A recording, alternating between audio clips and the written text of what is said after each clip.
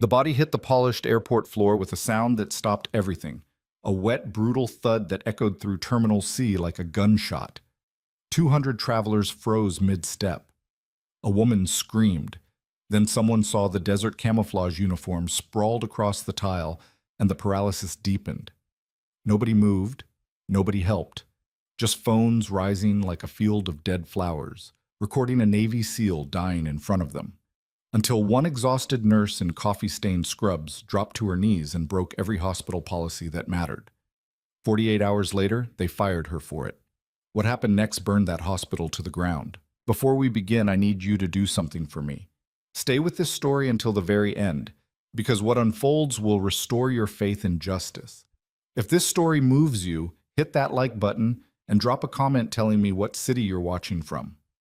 I want to see how far Kara's story can reach across this country. Now, let's begin. The fluorescent lights of Cedar Valley Regional Medical Center buzzed like dying insects as Kara Mitchell shoved through the emergency department doors at 6:47 a.m., 11 minutes late for a shift that should have ended yesterday. Her navy scrubs were wrinkled from sleeping in her car during a double that bled into a triple, her dark hair escaping its ponytail in defeated strands. The coffee in her travel mug had gone cold 3 hours ago, but she kept drinking it anyway, the bitterness matching her mood. "You're late." Charge nurse Sylvia Brennan didn't look up from her clipboard, her voice carrying that particular brand of satisfaction people get from catching others failing. She stood at the nurse's station like a sentry, her perfectly pressed white coat a reproach to everyone around her. Kara bit back the obvious response, that she'd worked 22 hours straight because Sylvia had called in sick again, and simply nodded. "Car trouble. Write it up." Sylvia thrust an incident report form across the counter. "Director Hastings wants documentation on all tardiness." Director Rachel Hastings, the woman who'd transformed nursing from a calling into a minefield of policies, protocols, and paperwork designed to protect the hospital from lawsuits rather than help patients. Kara had watched good nurses quit over the past 18 months as Hastings implemented her efficiency measures, which mostly meant fewer staff doing more work for less money while administrators got bonuses. Kara took the form without comment and headed to the break room to dump her bag. Inside, 2 other nurses were huddled over their phones, watching something that made them gasp. "Did you see this?" Jenny Cortez turned the screen toward Kara. "Some guy collapsed at Riverside International, just dropped in the middle of the terminal." The video was already viral. Shaky footage of a massive man in military fatigues lying motionless on airport tile while hundreds of people stood in a circle, filming. Nobody helping, nobody moving, just documenting. Kara felt her stomach turn. Someone call 911? Eventually, but look, 3 minutes and counting, nobody doing CPR. Just standing there. The comment section was already filling with the usual internet poison. "Not my problem. Could be a lawsuit. What if he's dangerous? Someone else will help." Kara turned away. She had enough dying to deal with in front of her without watching people fail each other on their phones. The shift started the way they all did lately. Understaffed and underwater. 2 nurses had called out, meaning Kara was covering 16 patients instead of 8. Each one sicker than hospital policy officially allowed in a non-ICU setting. But beds were full, the ICU was overflowing, and Director Hastings had made it crystal clear that resource optimization meant making do. Room 7 was a diabetic crisis.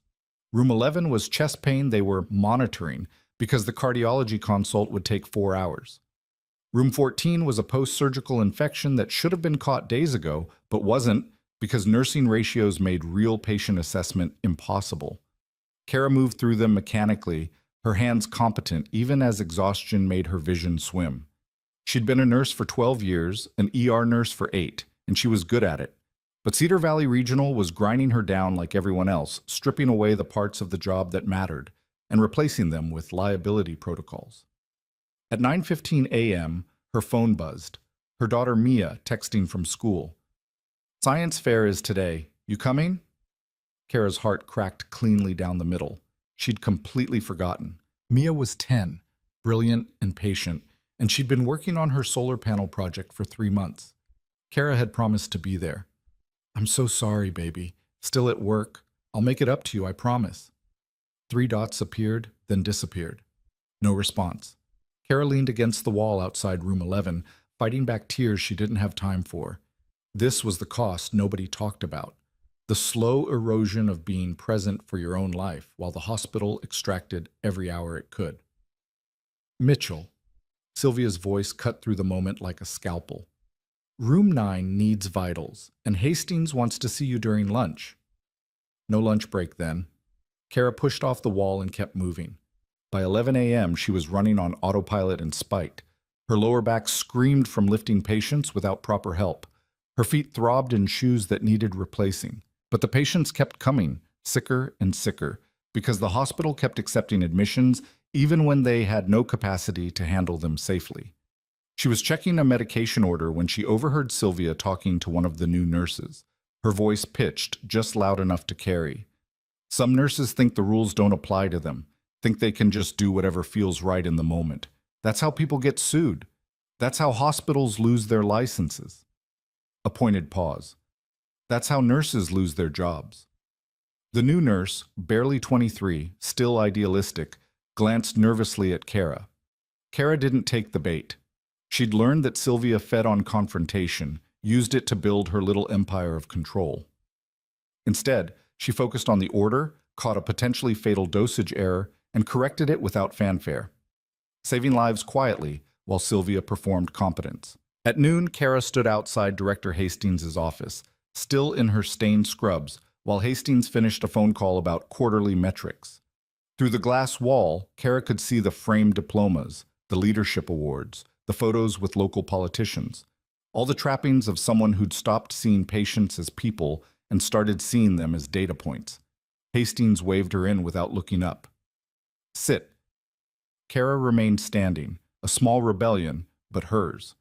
Hastings finally met her eyes, her expression professionally blank.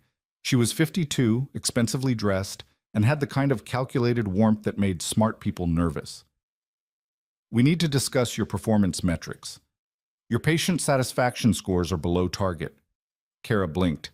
She had some of the lowest complication rates in the department, the highest medication accuracy, and consistently caught critical errors other nurses missed. But metrics weren't about care. They were about whether patients felt delighted by their emergency room experience, as if a medical crisis should come with hotel hospitality. I've been picking up extra shifts, Kara said evenly, covering for call-outs, working with patient ratios that violate safe staffing guidelines. We all make sacrifices. Hastings' smile was surgical. But the hospital has standards. We need team players who understand that protocols exist for a reason. Nurses who color outside the lines create liability exposure. There it was, the real message. Fall in line or fall out. I need this job, Kara said quietly. Single mother, drowning in debt, no safety net. I'll work on the metrics. See that you do. Hastings returned to her computer, dismissal complete. Oh, and Kara, your next performance review is in 6 weeks. I'd hate to see you not make it. Kara left the office feeling like she'd been slowly poisoned. This was the game now, not medicine, but managed care theater, where nurses performed compliance and administrators collected bonuses, while patients became widgets in a profit formula. She grabbed her bag from the break room, decided she'd take her mandated lunch in her car, where she could cry in private, and headed for the parking garage. The afternoon sun was brutal, heat radiating off the asphalt in waves. She was fumbling for her keys when her phone rang. Unknown number. She almost didn't answer, but something made her thumb the green button. Kara Mitchell? A crisp, professional voice. Speaking. This is Administrator Walsh from Riverside International Airport. We have a medical emergency in Terminal C, and you're the closest available healthcare provider registered in our database. Are you able to respond? Kara's exhaustion evaporated, replaced by something sharper. I'm not on duty. I just finished. Ma'am, we have a man in cardiac arrest. No pulse, no respiration. TSA and airport fire are attempting CPR, but they're not trained medical personnel. We need help. Now. The address was 12 minutes away. Kara was already running for her car. She broke every speed limit getting there, her beat-up Honda weaving through midday traffic while her mind raced through protocols. No equipment, no backup, no idea what she was walking into. Just muscle memory and 12 years of emergency training kicking in like a second heartbeat. The airport was chaos. Security had cordoned off Terminal C, travelers pressed against the barriers filming on their phones, the same sick voyeurism she'd seen in that morning's viral video. Kara flashed her nursing license at the TSA checkpoint, and a young officer waved her through, his face gray with stress. "He's this way. Hurry!"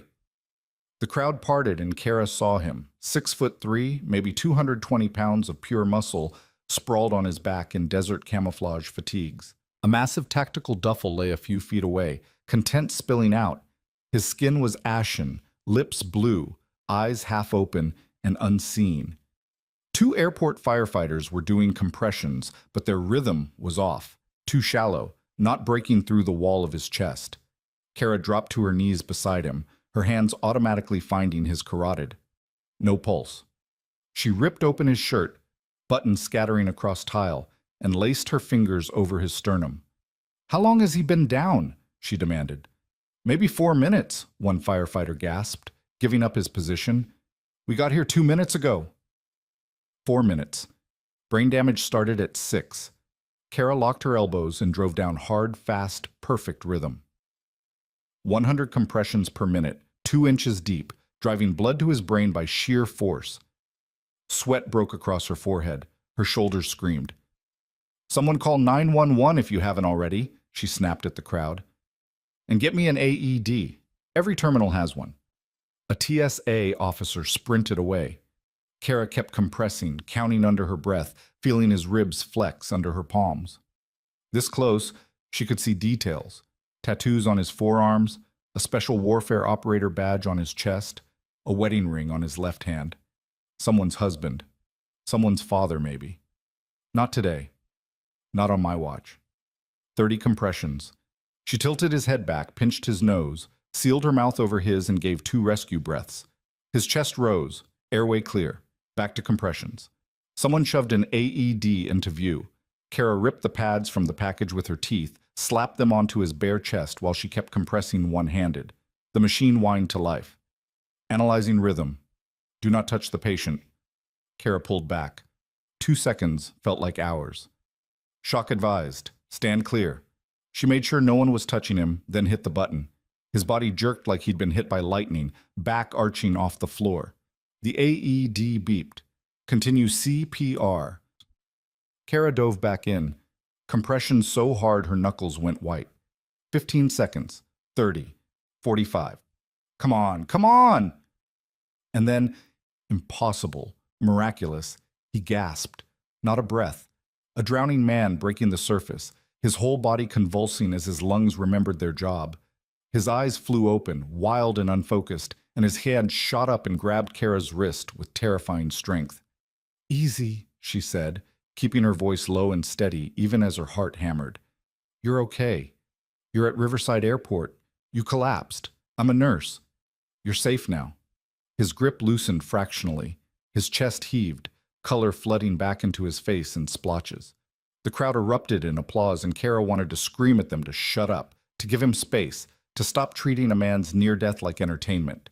Paramedics crashed through the barrier, 2 of them, with a stretcher and a jump bag. Kara gave them a rapid-fire report.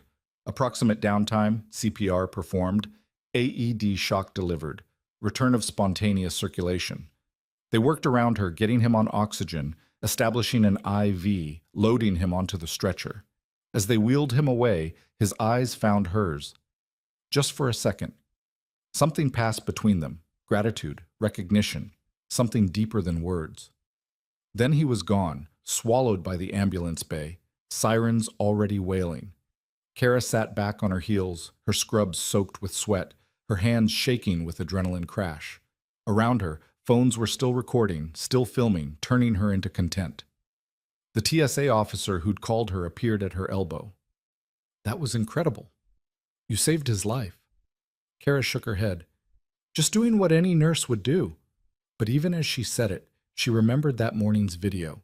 All those people standing in a circle, watching someone die doing nothing. Maybe what she'd done wasn't what any nurse would do. Maybe it was just what she couldn't stop herself from doing, no matter the cost. She gave a brief statement to airport security, declined their offer to call someone for her, and walked back to her car on legs that felt like water. She was supposed to go back to Cedar Valley for the second half of her shift, but her hands were still trembling too badly to trust with patient care. She called the charge desk. Sylvia answered. "I need to take the rest of the day," Kara said. "I responded to an emergency at the airport. Cardiac arrest. I'm not in shape to work." Silence. Then, ice cold. "That's an unauthorized absence. You'll need to submit documentation." "Someone almost died, Sylvia." "Not our patient. Not our liability. You left hospital grounds during your shift. That's abandonment." Kara hung up before she said something that would get her fired on the spot. She drove home in a daze, the adrenaline finally ebbing and leaving her hollow. Her apartment was quiet. Mia was still at school, at the science fair Kara had missed. Another promise broken.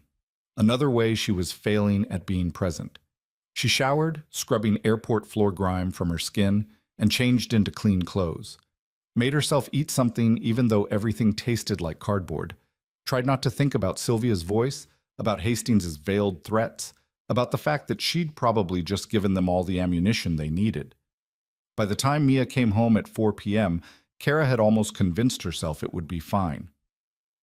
"How was the science fair, sweetheart?" Mia dropped her backpack and wouldn't meet Kara's eyes. "Fine." "Did you win anything?" "Third place." Still not looking at her. "That's wonderful. I'm so proud of—" Emma's mom was there, and Jacob's dad, and pretty much everyone's parents except mine.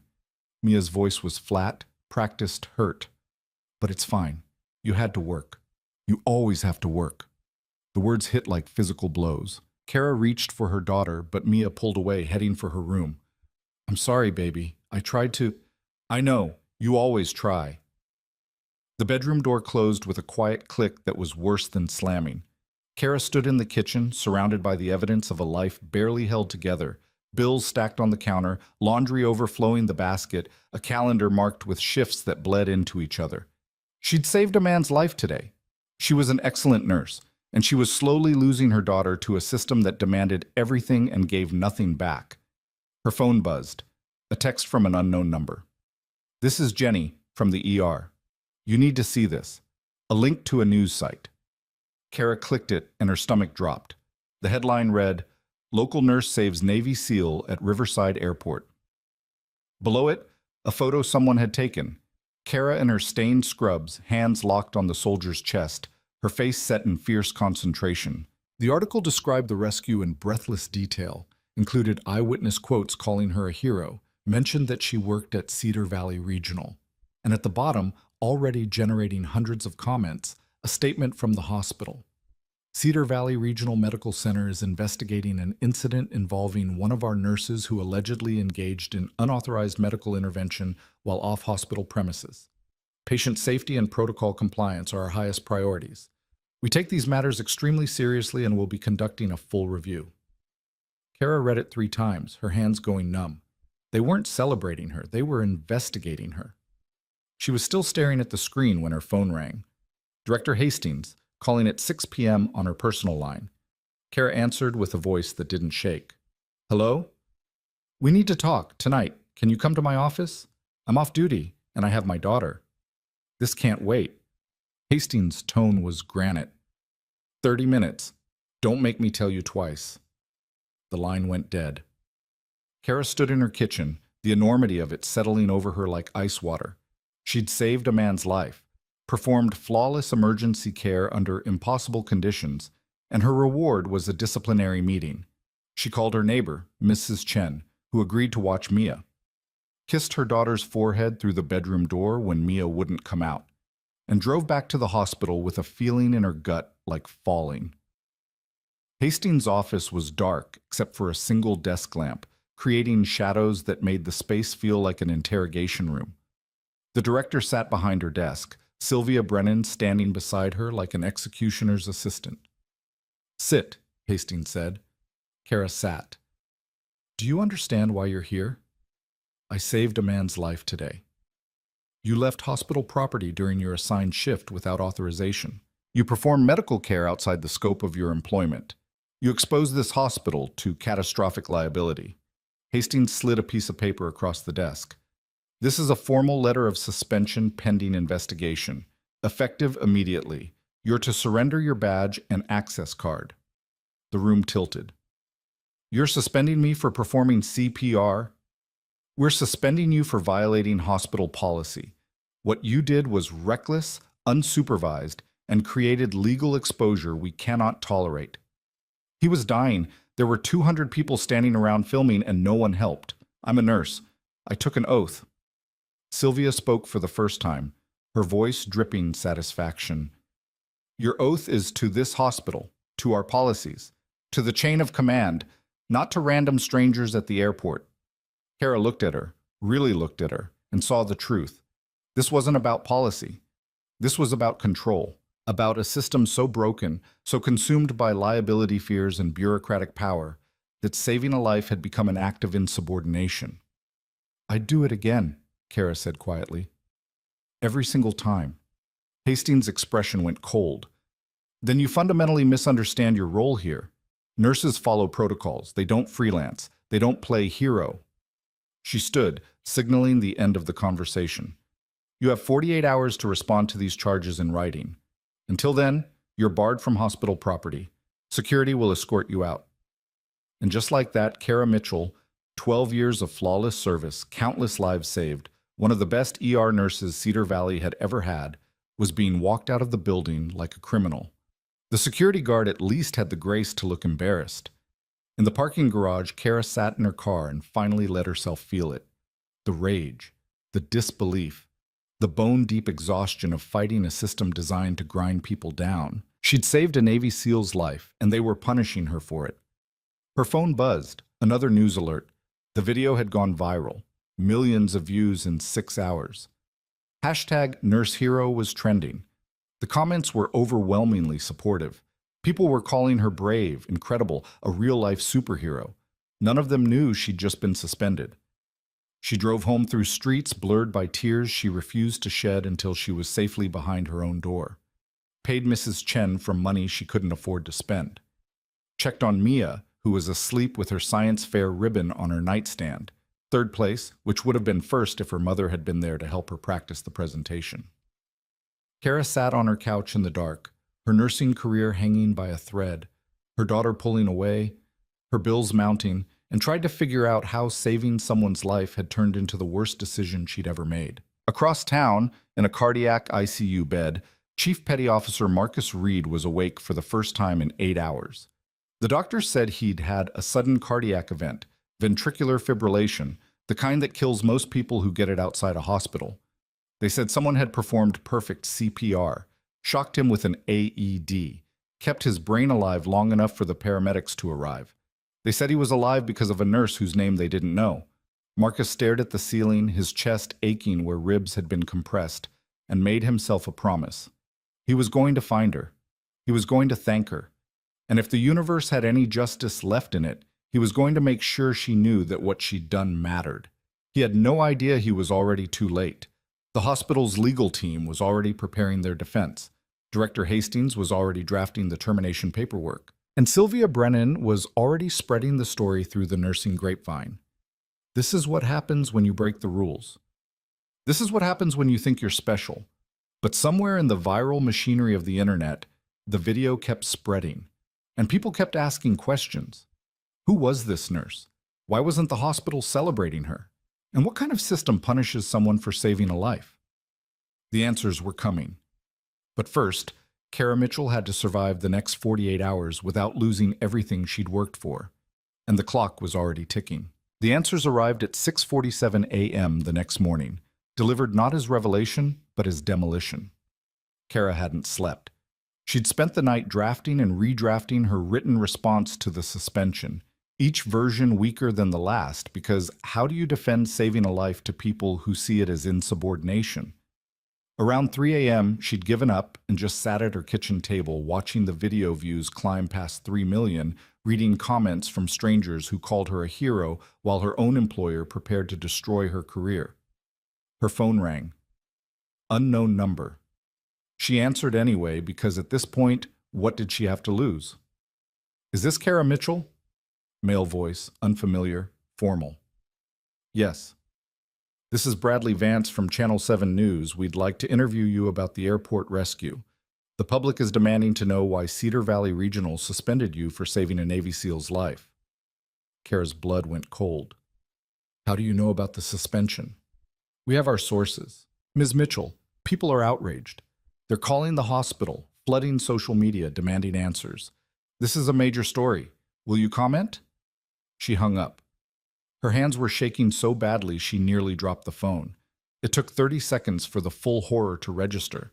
The suspension was supposed to be internal, confidential, giving her time to mount a defense.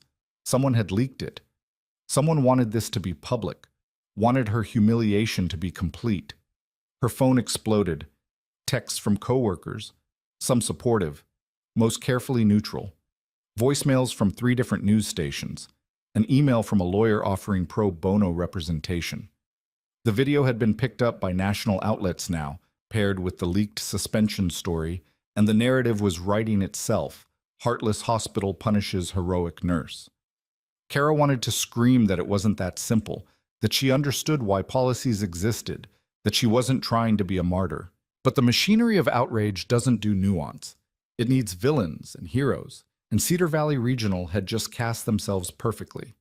Mia emerged from her bedroom, already in her school uniform, her face carefully blank.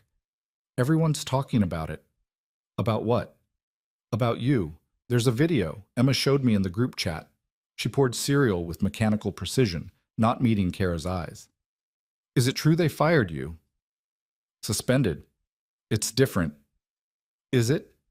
Mia's voice carried an edge Kara had never heard before, something harder than her 10 years should contain. Because you still can't pay the bills. You still can't come to my stuff. And now everyone knows. The accusation landed like a blade between Kara's ribs. I did the right thing. The right thing. Mia set down her spoon with a click that sounded like a gavel. The right thing is having a mom who's actually here, not some hero everyone else gets to celebrate while I eat cereal alone. She grabbed her backpack and walked out without another word, leaving Kara alone with the wreckage of good intentions. By 8 a.m., the hospital's phone system had crashed from call volume. By 9 a.m., protesters had gathered outside Cedar Valley Regional with hand-painted signs. Heroes don't deserve punishment and save nurses, not paperwork. By 10 a.m., Director Hastings was in an emergency meeting with the hospital's legal team and public relations crisis manager, while the CEO demanded to know how this had become a national incident. Kara knew none of this yet. She was sitting in her parked car outside a coffee shop she couldn't afford, trying to draft an email to Hastings that didn't sound like begging, when someone knocked on her window. She nearly jumped out of her skin. The man standing there was massive, 6'3", military posture, a face that looked like it had been carved from granite and then weathered by things Kara couldn't imagine. He wore civilian clothes but carried himself like a weapon, and his eyes were the pale blue of Arctic ice. He gestured for her to roll down the window. Every instinct screamed danger, but something in his expression stopped her from driving away. She cracked the window 2 inches. Kara Mitchell? His voice was gravel wrapped in smoke. Who's asking? Chief Petty Officer Marcus Reed, Navy Special Warfare. You saved my life 2 days ago at Riverside Airport. He held up his hands, showing he was unarmed. I need 5 minutes, please. The airport. The soldier in desert camo. The man whose heart had stopped under her hands. Kara unlocked the door. Marcus folded himself into the passenger seat with surprising grace for someone his size. Up close, she could see the shadows under his eyes, the hospital bracelet still on his wrist, the slight tremor in his hands that spoke of a body still recovering from catastrophic trauma. You shouldn't be out of the hospital, she said. Gisa, discharged myself against medical advice. I had something more important to do. He turned to face her fully. I needed to find the woman who brought me back from the dead and tell her thank you. Kara's throat closed. You don't need to... Yes, I do. I died. My heart stopped. I was gone, and you refused to let me stay that way. His voice dropped, raw with emotion he didn't try to hide. I have a wife, 2 daughters, 8 and 6. They were going to get a flag and a folded uniform because my body decided to quit in an airport terminal. Instead, they got me back. Because you. The tears Kara had been holding back for 36 hours finally broke through. She covered her face with her hands. shaking with sobs she'd been too numb to allow herself. Marcus waited, patient as stone, until she could breathe again. "I'm sorry," she managed. "I don't usually—" "Don't apologize. You've earned the right to fall apart." He pulled a folded piece of paper from his pocket. "I also needed to give you this." Kara unfolded it. A handwritten letter on hospital stationery, Marcus's wife's name at the bottom, Jennifer Reed, thanking her in words that made Kara's chest ache, promising that their daughters would grow up knowing her name, knowing that courage looked like a tired nurse who refused to walk away. "That's beautiful," Kara whispered. "It's true. And speaking of true, what the hell is this about your hospital suspending you?" Kara's walls went up instantly. "It's complicated. Policy violations, liability concerns. I left my shift without authorization. You saved my life. Outside the scope of my employment, creating legal exposure for the hospital. I understand why—" "Stop." Marcus's voice carried the weight of command, the kind that made trained operators freeze mid-motion. "Stop defending them. You did nothing wrong. You did everything right. And they're punishing you for it because they care more about their asses than doing what's decent." Kara wanted to argue, but the words wouldn't come. Because he was right. Because somewhere in the past 2 years, Cedar Valley Regional had stopped being about healing and started being about risk management. And she'd been drowning in it so long, she'd forgotten what solid ground felt like. "It doesn't matter anymore," she said quietly. "The story leaked. It's gone national. Even if they wanted to quietly discipline me, it's too late. They'll have to fire me now to save face." Marcus was silent for a long moment. When he spoke again, his voice carried something new, something cold and calculating. "How long have you been a nurse?" 12 years, 8 in emergency medicine. Your record?" "Spotless. Until now." "Family?" "Daughter, 10 years old. I'm all she has." Marcus nodded slowly, his expression unreadable. Then he pulled out his phone and made a call, right there in her passenger seat. "Commander Reeves, it's Marcus. I need a favor." He listened, then, "The nurse who saved me at Riverside? Hospital's trying to bury her for it. I need you to make some calls." Another pause. "No, not threats. Information. I want to know every donor, every board member, every politician who's ever taken a photo op at Cedar Valley Regional, and I want it yesterday." He hung up and turned back to Kara. "You might want to hire that lawyer who called you. I can't afford— He'll work pro bono for the publicity alone. This story has legs, and I'm about to make sure it runs all the way to the governor's office." Kara stared at him. "Why would you do this?" "Because you gave me back my life. Because what they're doing to you is wrong.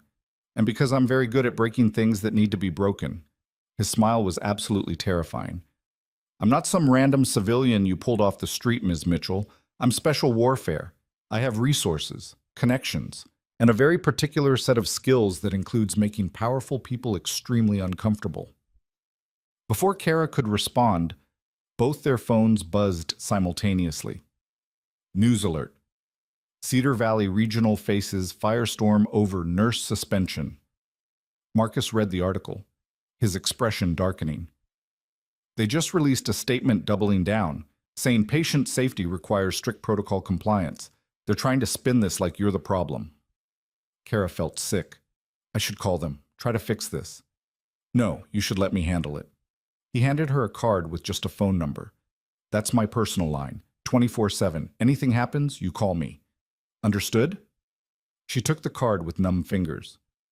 This was surreal. Yesterday she was worried about making rent. Today, a Navy SEAL was offering to wage war on her behalf. Marcus climbed out of the car, then leaned back in through the window. "One more thing. That letter from my wife? She wrote it from our hotel room. We live in Virginia Beach. I flew here yesterday, still wearing a hospital monitor, because I needed to look you in the eye when I said thank you." He straightened. "You're worth fighting for, Kara Mitchell. It's time you started believing that." He walked away, moving like a predator, despite the hospital bracelet, leaving Kara sitting in her car with tears streaming down her face and something dangerous blooming in her chest that felt like hope. She went home and did 3 things. First, she called the pro bono lawyer, Daniel Ortega, aggressive and brilliant and hungry for exactly this kind of fight. Second, she wrote an email to Director Hastings that was professional, measured, and refused to apologize for saving a life. Third, she made Mia her favorite dinner and actually sat down to eat it with her. No phone, no distractions, just being present. "Why are you acting weird?" Mia asked suspiciously. "Because I missed you, because I'm sorry, because I'm trying to do better." Mia studied her for a long moment. "Are you going to lose your job?" "Probably." "Then what?" Kara had been asking herself the same question. "Then we figure it out. Together. The way we always have." It wasn't much, but it was true. And for the first time in days, Mia's expression softened. That night, while Mia slept, Kara watched the story metastasize across social media. Someone had created a GoFundMe for her legal defense that had already raised $40,000. A nurses' union was issuing statements calling for her reinstatement. Marcus's wife had done a televised interview describing the moment she learned her husband was alive, crediting Kara by name. And Cedar Valley Regional kept digging their hole deeper. Their PR team released a video statement from Director Hastings, professionally lit and perfectly scripted. "While we appreciate the public's concern, our primary obligation is to our patients and our protocols. Nurses who operate outside established guidelines, regardless of outcome, create unacceptable risk. We stand by our decision." The comments section exploded. 15,000 responses in an hour, 98% hostile. Nurses from across the country sharing their own stories of being punished for caring too much, for staying too late, for putting patients before policy. The narrative was shifting from one nurse's suspension to a systemic indictment of healthcare management. At 11 p.m., Kara's phone rang. "Marcus, turn on Channel 7, now." She grabbed the remote. The late news was running a special investigation. When hospitals punish heroes. They'd interviewed former Cedar Valley employees, 5 nurses who'd left in the past year, all citing the same issues. Impossible ratios, retaliation for speaking up, a culture of fear under Hastings' leadership. One nurse, nearly in tears, described being written up for staying 2 hours past her shift to comfort a dying patient because it counted as unauthorized overtime. Another told how she'd been suspended for questioning a doctor's medication order that would have killed a child. She was right, the order was wrong, but she'd violated the chain of command. The segment ended with Kara's airport video and a direct question to the hospital. "Is this who you want to be?" Kara's phone exploded. Texts, calls, emails. But one message stood out, from an address she didn't recognize, sent at 11:47 p.m. "Some of us still remember what nursing is supposed to be. You're not alone. A friend inside." She stared at it for a long time, wondering who at Cedar Valley had enough courage to risk sending it. The answer came at 6 a.m. the next morning, delivered by a knock on her apartment door. Kara opened it to find Jenny Cortez, one of the younger ER nurses, holding 2 coffees and looking like she hadn't slept. Behind her stood 3 other nurses Kara recognized from the hospital, all of them in street clothes, all of them with the same exhausted determination in their eyes. "We quit," Jenny said without preamble. "All of us. This morning. We're not working for people who do this to nurses who save lives." Kara's mouth fell open. "Jenny, you can't. You need this job." "No."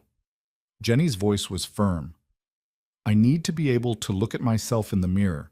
I need to work somewhere that doesn't treat compassion like a liability." She held out one of the coffees. "We wanted you to know before it hits the news. Hastings is about to have a staffing crisis she can't spin." The other nurses nodded. One of them, Sarah Chen, a veteran with 20 years' experience, stepped forward. "We've been watching this place rot for 2 years. You were just the excuse we needed to finally walk away." Kara took the coffee with shaking hands. "The hospital will destroy you for this.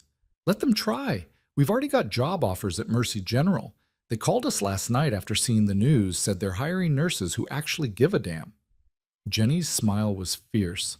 "Turns out doing the right thing is actually pretty good for your career." They left 20 minutes later, leaving Kara alone with the knowledge that her suspension had just triggered a mass exodus. The story hit the news cycle by 8 a.m. 4 nurses resign in protest of suspended colleague. By noon, it was 6. By 2 p.m., it was 9.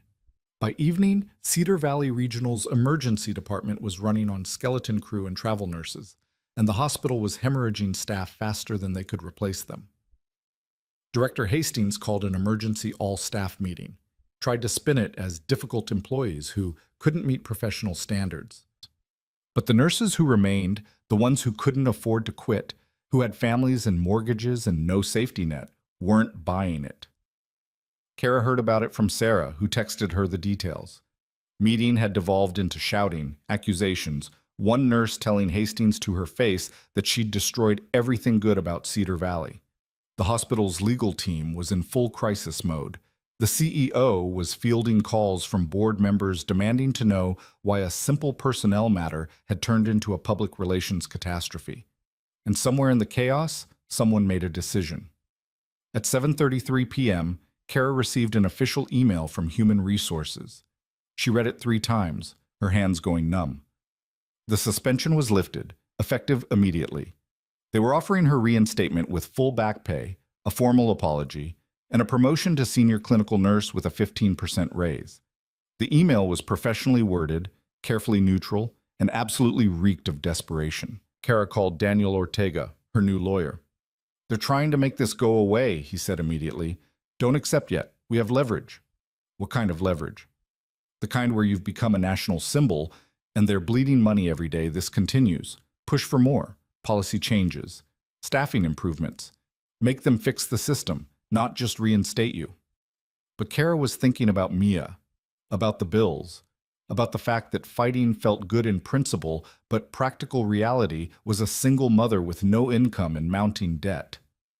"I need to think about it," she said. That night, Marcus called again. "I heard about the offer. What are you going to do?" "I don't know. Part of me wants to tell them where they can shove their promotion. Part of me just wants my life back." "Your life back?" Marcus's voice was gentle. "Is that really what Cedar Valley gives you? Or just a paycheck in exchange for slow death by 1,000 policies?" Kara didn't answer because she didn't have to. They both knew. "There's something else," Marcus said. "Someone you should meet.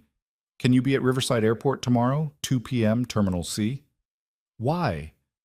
"Because the man whose life you saved wants to introduce you to the woman who's going to change yours." Kara showed up at 1:45 p.m., her stomach twisted in knots. Marcus was waiting at the exact spot where she'd performed CPR, standing with a woman in her early 50s who radiated the kind of authority that made generals stand straighter. "Kara Mitchell," Marcus said. "This is Commander Lisa Graves. She runs the Civilian Medical Response Initiative, a program that coordinates emergency healthcare providers with military and crisis response teams." Commander Graves extended her hand. Her grip was firm, assessing. "Chief Reed has told me about your background. 12 years nursing, 8 in emergency medicine, flawless record until you had the audacity to save a life outside normal business hours." Kara managed a weak smile. "That about sums it up. Walk with me." It wasn't a request. They moved through the terminal while Graves talked. "CMRI is expanding. We need experienced emergency nurses who can work in high-pressure environments, make critical decisions without oversight, and actually give a damn about saving lives over covering asses. The work involves disaster response, medical evacuation support, and training civilian providers in trauma care. It's harder than hospital nursing, more dangerous, better pay, better respect, and zero tolerance for bureaucratic nonsense." Kara's heart was pounding. "You're offering me a job?" "I'm offering you a choice. You can go back to Cedar Valley, accept their desperate attempt to save face, and spend the next decade fighting the same battles. Or you can walk away from a broken system and do something that actually matters." Graves stopped, turning to face her directly. "I read your file. You're exactly the kind of nurse we need. Someone who sees a crisis and runs toward it instead of checking policy manuals." "I have a daughter. I can't take some dangerous job."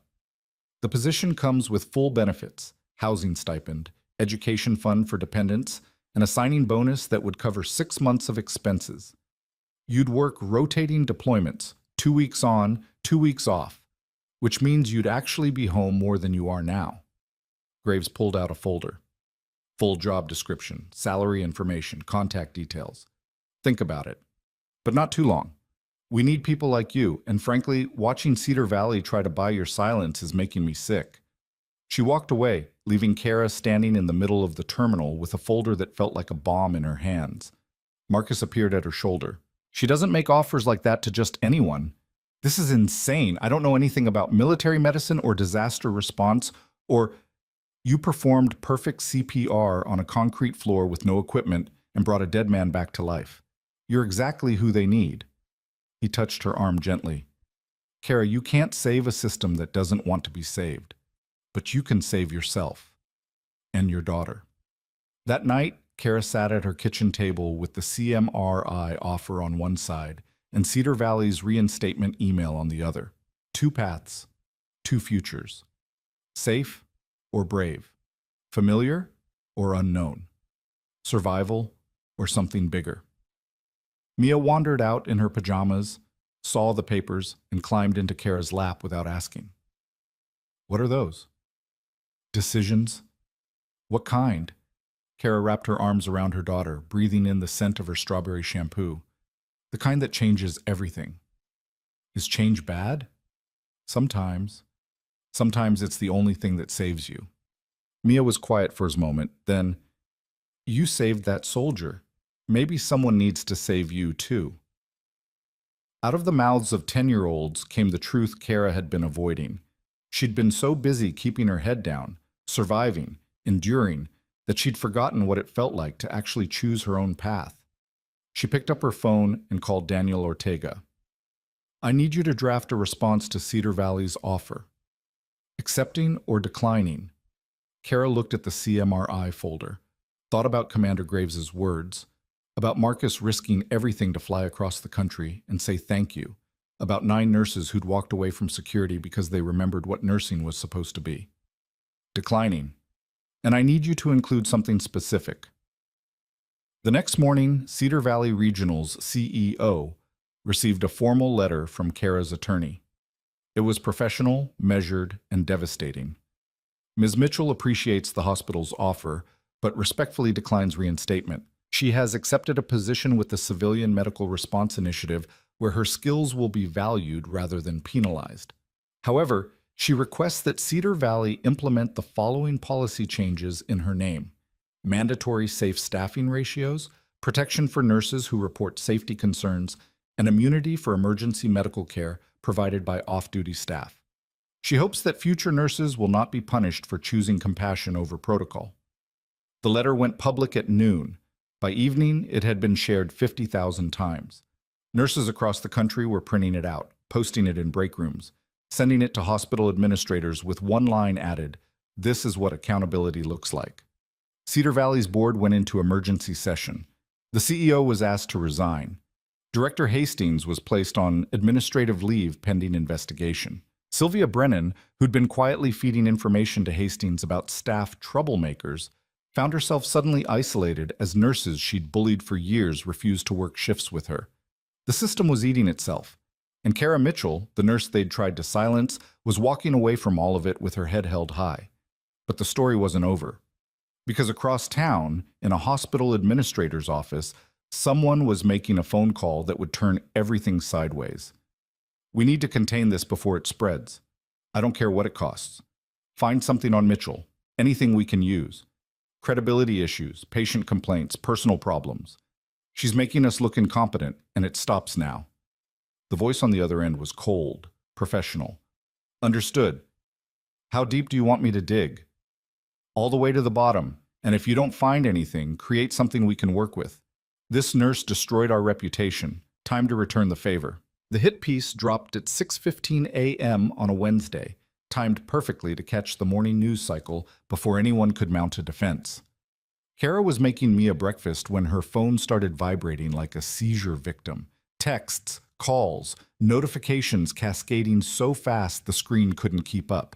She grabbed it with wet hands, saw Daniel Ortega's name, and her stomach turned to ice.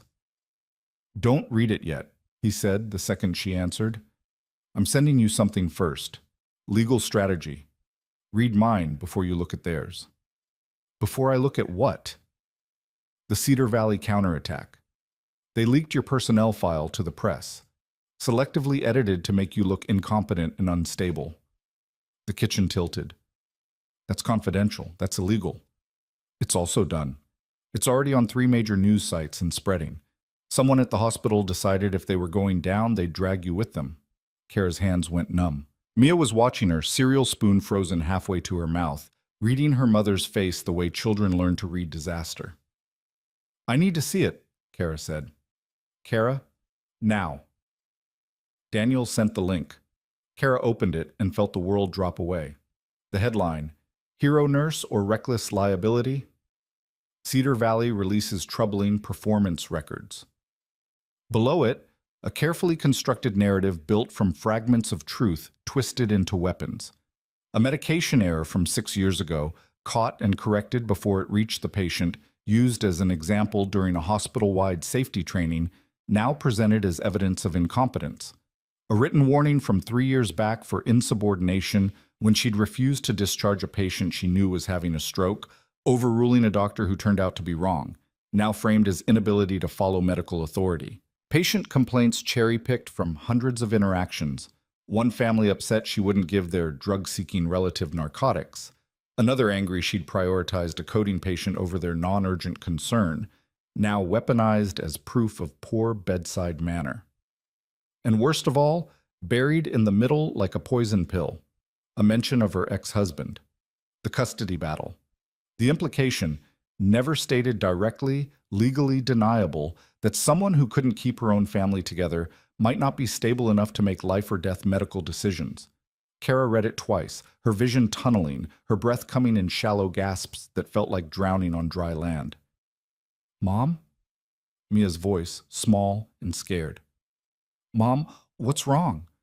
Kara couldn't answer. She was staring at her daughter, her brilliant, patient, beautiful daughter, who'd already lost her father to his own demons, and watching the realization dawn that now she'd lose her mother too, not to death but to public destruction. I have to go to school, Mia whispered, backing away from the table like Kara had become radioactive. Baby, wait! But Mia was already grabbing her backpack, already fleeing to the one place that felt safer than home, and Kara let her go because what could she say? That it would be okay? That was a lie. That the truth would come out? The truth was already buried under manufactured scandal. The phone rang again. Marcus this time, his voice tight with rage. I'm looking at it right now. This is character assassination. It's working. Kara's voice sounded dead even to herself. The comments are already turning. People who called me a hero yesterday are calling me reckless today, saying they always knew something was off, saying Cedar Valley was right to suspend me. Public opinion is fickle. We knew that going in. No.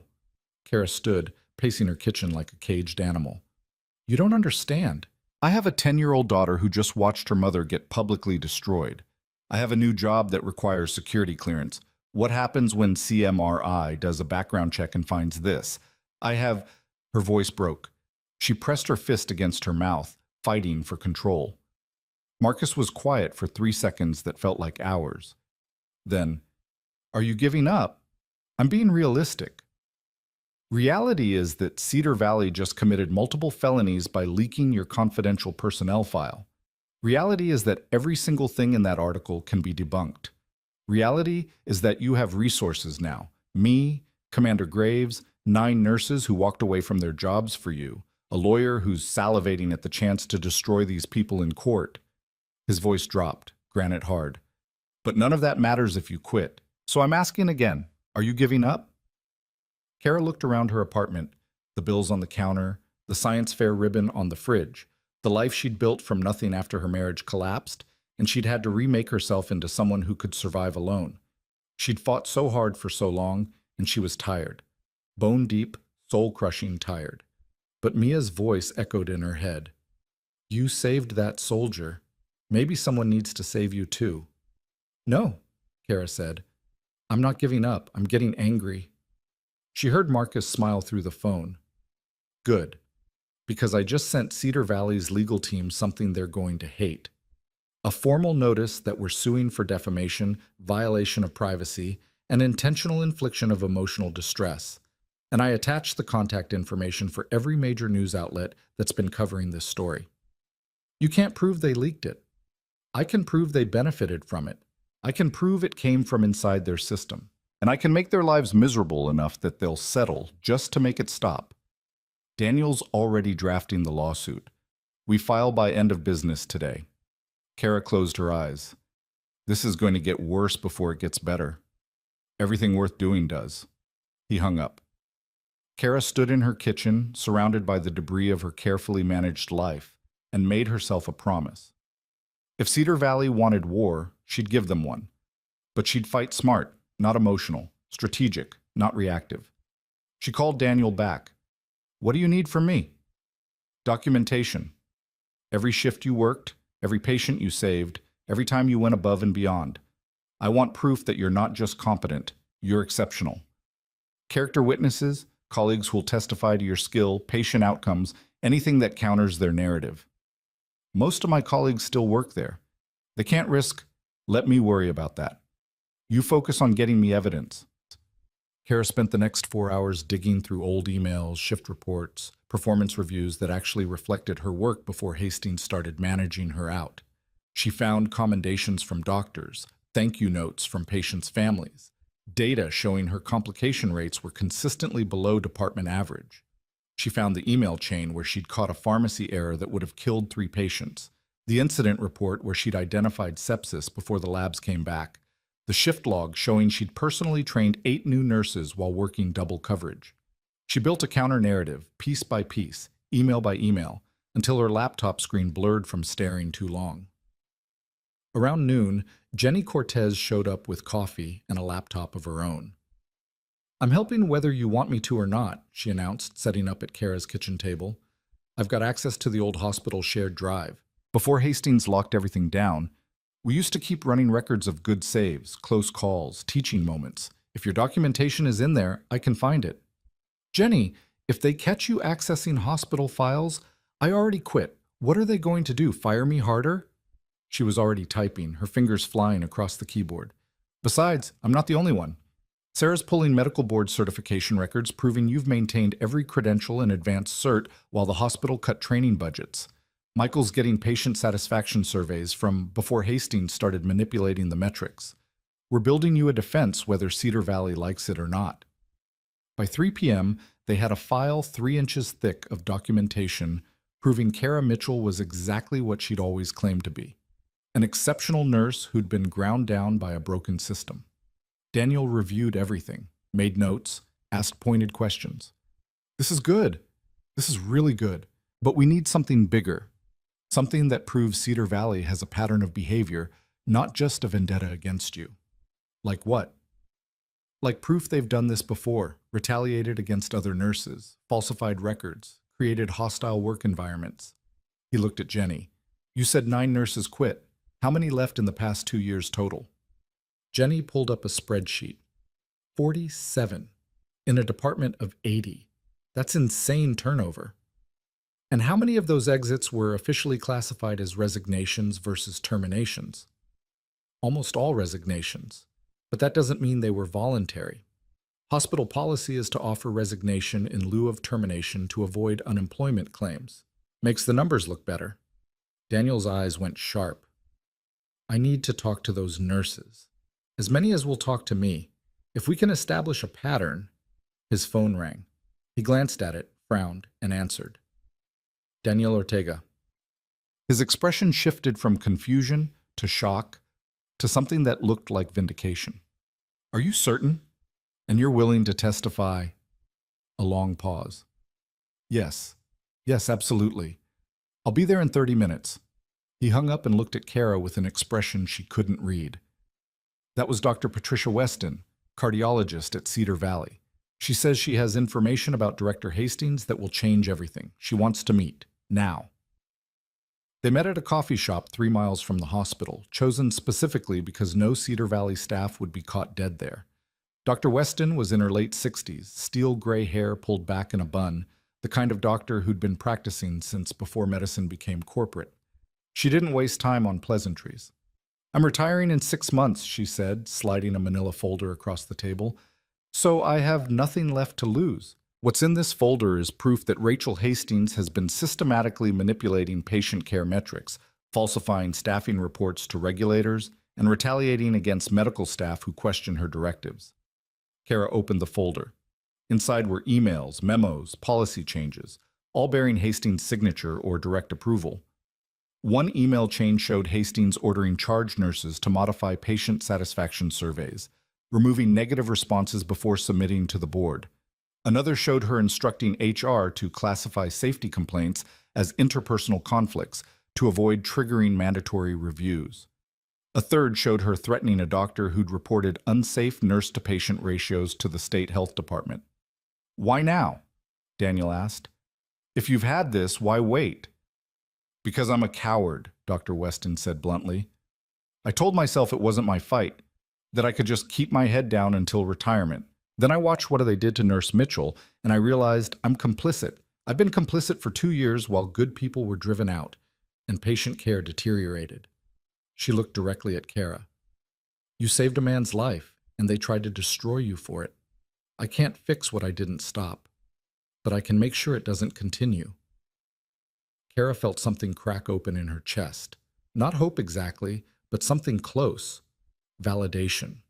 Proof that she wasn't crazy, that the system really was broken, that people who should have been protecting patients were protecting profits instead. "This is enough for a lawsuit," Daniel said, already photographing pages with his phone. "This is enough for a state investigation. This might be enough for federal charges if we can prove Medicare fraud." "There's more." Dr. Weston pulled out another folder. Staffing records showing Cedar Valley has been billing for nurse coverage they didn't provide. They've been short staffing shifts, pocketing the money, and falsifying documentation. Patients have died from preventable complications because there weren't enough nurses on the floor. The room went silent. This wasn't about one nurse anymore. This was about systemic negligence. This was about patients who'd trusted the hospital and been betrayed for profit. "How many?" Kara whispered. Dr. Weston's hands were shaking. 7 that I can prove. All within the past 18 months. All in units that were chronically understaffed. All classified as unavoidable complications when they were anything but. Kara thought about the shifts she'd worked, running between 16 patients when policy said 8 maximum. Thought about the codes she'd responded to alone because there was no backup. Thought about the near misses she'd caught by sheer luck and exhaustion-fueled hypervigilance. She could have been one of those 7. Daniel was already on his phone calling someone. "I need you to conference in the State Attorney General's office." "Yes, now." "No, this can't wait." What happened next moved with the brutal efficiency of a military operation. Daniel connected with a prosecutor friend who'd been looking for exactly this kind of case.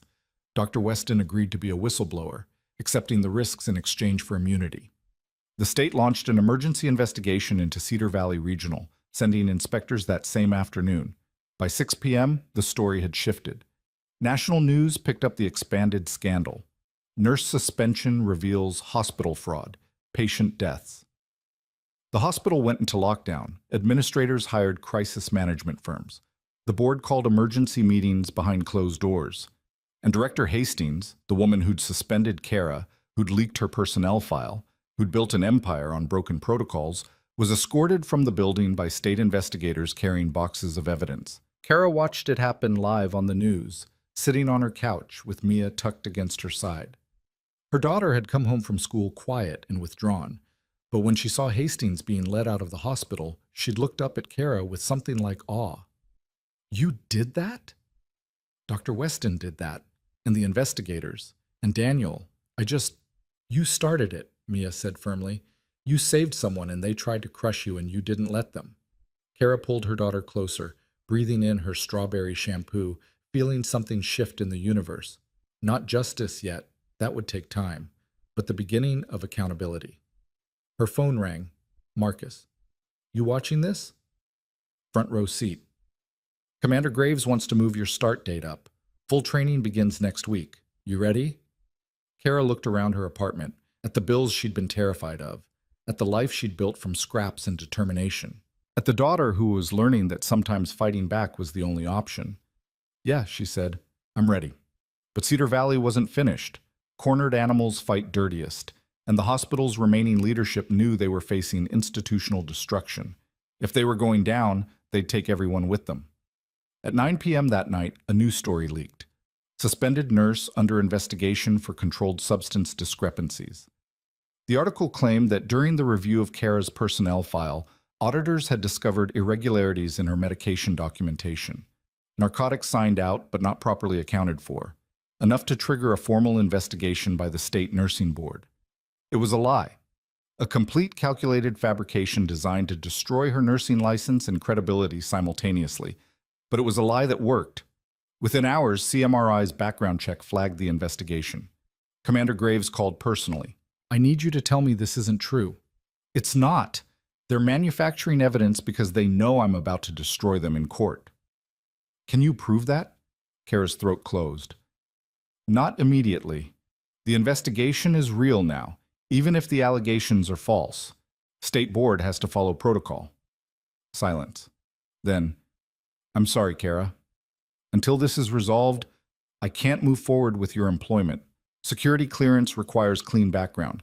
If you're cleared, the job is still yours. But until then..." "I understand." She hung up and sat in the dark, staring at nothing.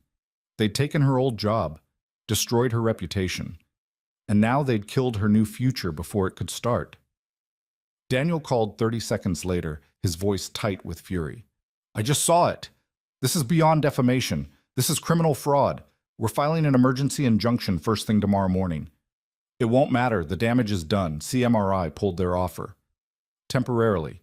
Once we prove this is fabricated, once we prove it, how long will that take? Weeks? Months? Meanwhile, I have no income, no prospects, and a daughter who needs to eat." "Karashe, I'm tired, Daniel. I'm so tired of fighting." She hung up on him too, something she'd never done to anyone, and sat in the silence of her apartment wondering if there was a point where doing the right thing stopped being noble and started being stupid. Her phone buzzed, a text from Marcus.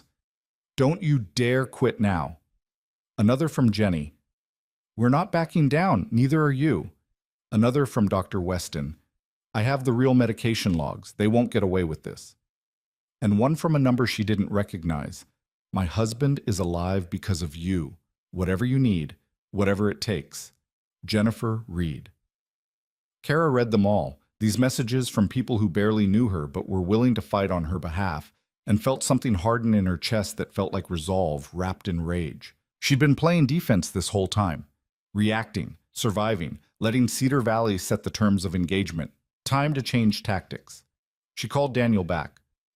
"I want to go public, not through lawyers or statements. I want to do a live interview, national news, tell my side before they can spin it." "That's risky.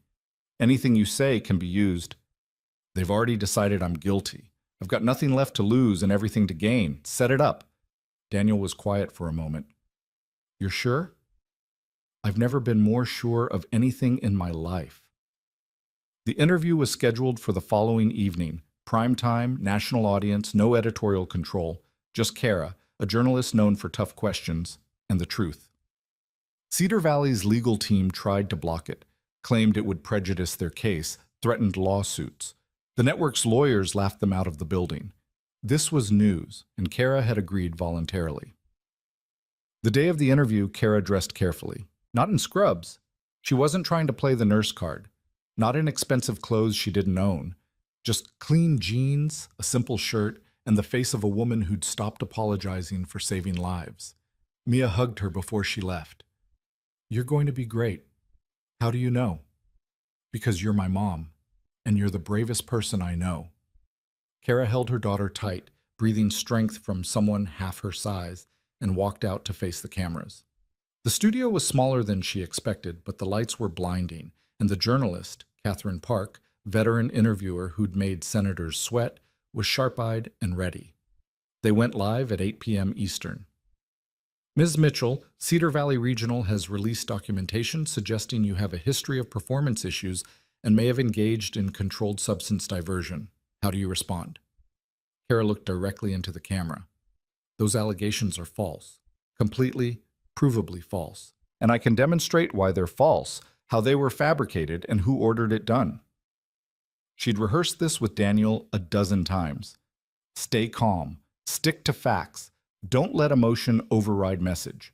But when Catherine asked about the airport rescue, something in Kara shifted. I didn't save Chief Petty Officer Reed's life because I'm a hero. I saved him because I'm a nurse, and that's what nurses do. We see someone dying and we can't walk away. It's not optional. It's not heroic. It's who we are. Her voice strengthened. What's happening now isn't about me. It's about a healthcare system that punishes compassion and protects profit. It's about hospitals that would rather destroy a nurse than admit their policies kill patients. It's about people like Director Hastings who've turned medicine into a liability shield and broken everyone caught inside it. Catherine leaned forward. Those are serious allegations. They're documented facts. I have emails, memos, staffing records, and testimony from hospital staff proving Cedar Valley has been systematically endangering patients while falsifying regulatory reports. 7 patients have died from understaffing in the past 18 months. The state is investigating. The evidence is real, and they're trying to discredit me before that evidence destroys them. The interview ran 45 minutes. By the time it ended, social media was exploding. #ProtectNurses was trending nationally, and Cedar Valley Regional's phone system had crashed again from call volume. Kara walked out of the studio feeling like she'd just run a marathon, her hands shaking with adrenaline crash, and found Marcus waiting in the parking lot. "You just declared war on an entire hospital system," he said. "I know. They're going to come at you with everything they have." "I know that too." He studied her for a long moment, then smiled, the first real smile she'd seen from him. "Good, because I've been making some calls of my own. Turns out when you save a Navy SEAL's life, his entire command structure takes an interest. And when they take an interest, things happen." "What kind of things?" "The kind where the Department of Defense starts asking questions about why a hospital that holds federal contracts is retaliating against someone who provided emergency medical care to active duty personnel. The kind where senators get involved because their constituents are pissed. The kind where Cedar Valley just became a political liability nobody wants to touch." Kara stared at him. "You weaponized the military." "I weaponized gratitude. There's a difference." He handed her his phone. "You should see this." On the screen was an email from Commander Graves. "Investigation fast-tracked. Allegations proven false. Medication logs were backdated forgeries. Job offer reinstated effective immediately. Welcome to CMRI." Kara read it 3 times, her vision blurring. "They cleared me already?" Dr. Weston provided the original logs. State Board compared timestamps and metadata. Someone at Cedar Valley got sloppy in their rush to frame you. The forgeries are obvious once you know to look. Everything Kara had been holding together for days finally broke. She sat down hard on the parking lot curb and sobbed. Great, gasping, ugly cries that came from somewhere deeper than relief. Marcus sat beside her, patient and silent, until she could breathe again. "They tried to destroy me," she whispered. "They failed. You won." But even as he said it, Kara knew the truth was more complicated. She'd survived. She'd fought back. She'd exposed corruption that needed exposing. But the cost had been brutal. And somewhere in Cedar Valley Regional, other nurses were still trapped in the same broken system, still afraid to speak up, still being ground down by policies that valued profit over people. Her phone buzzed. "Daniel. The state attorney general just announced a formal investigation into Cedar Valley Regional for Medicaid fraud, patient endangerment, and obstruction of justice. Hastings is facing criminal charges. The CEO resigned an hour ago. The board is negotiating a settlement that includes mandatory policy reforms and independent oversight." Kara closed her eyes. "What about the other nurses? The ones who got forced out?" "Working on it. We're building a class action. Everyone who was retaliated against, everyone who was pressured to resign, everyone who lost their career because they cared too much. We're going to make Cedar Valley pay for all of it." She hung up and looked at Marcus. "It's not over." "No, but you're not fighting alone anymore."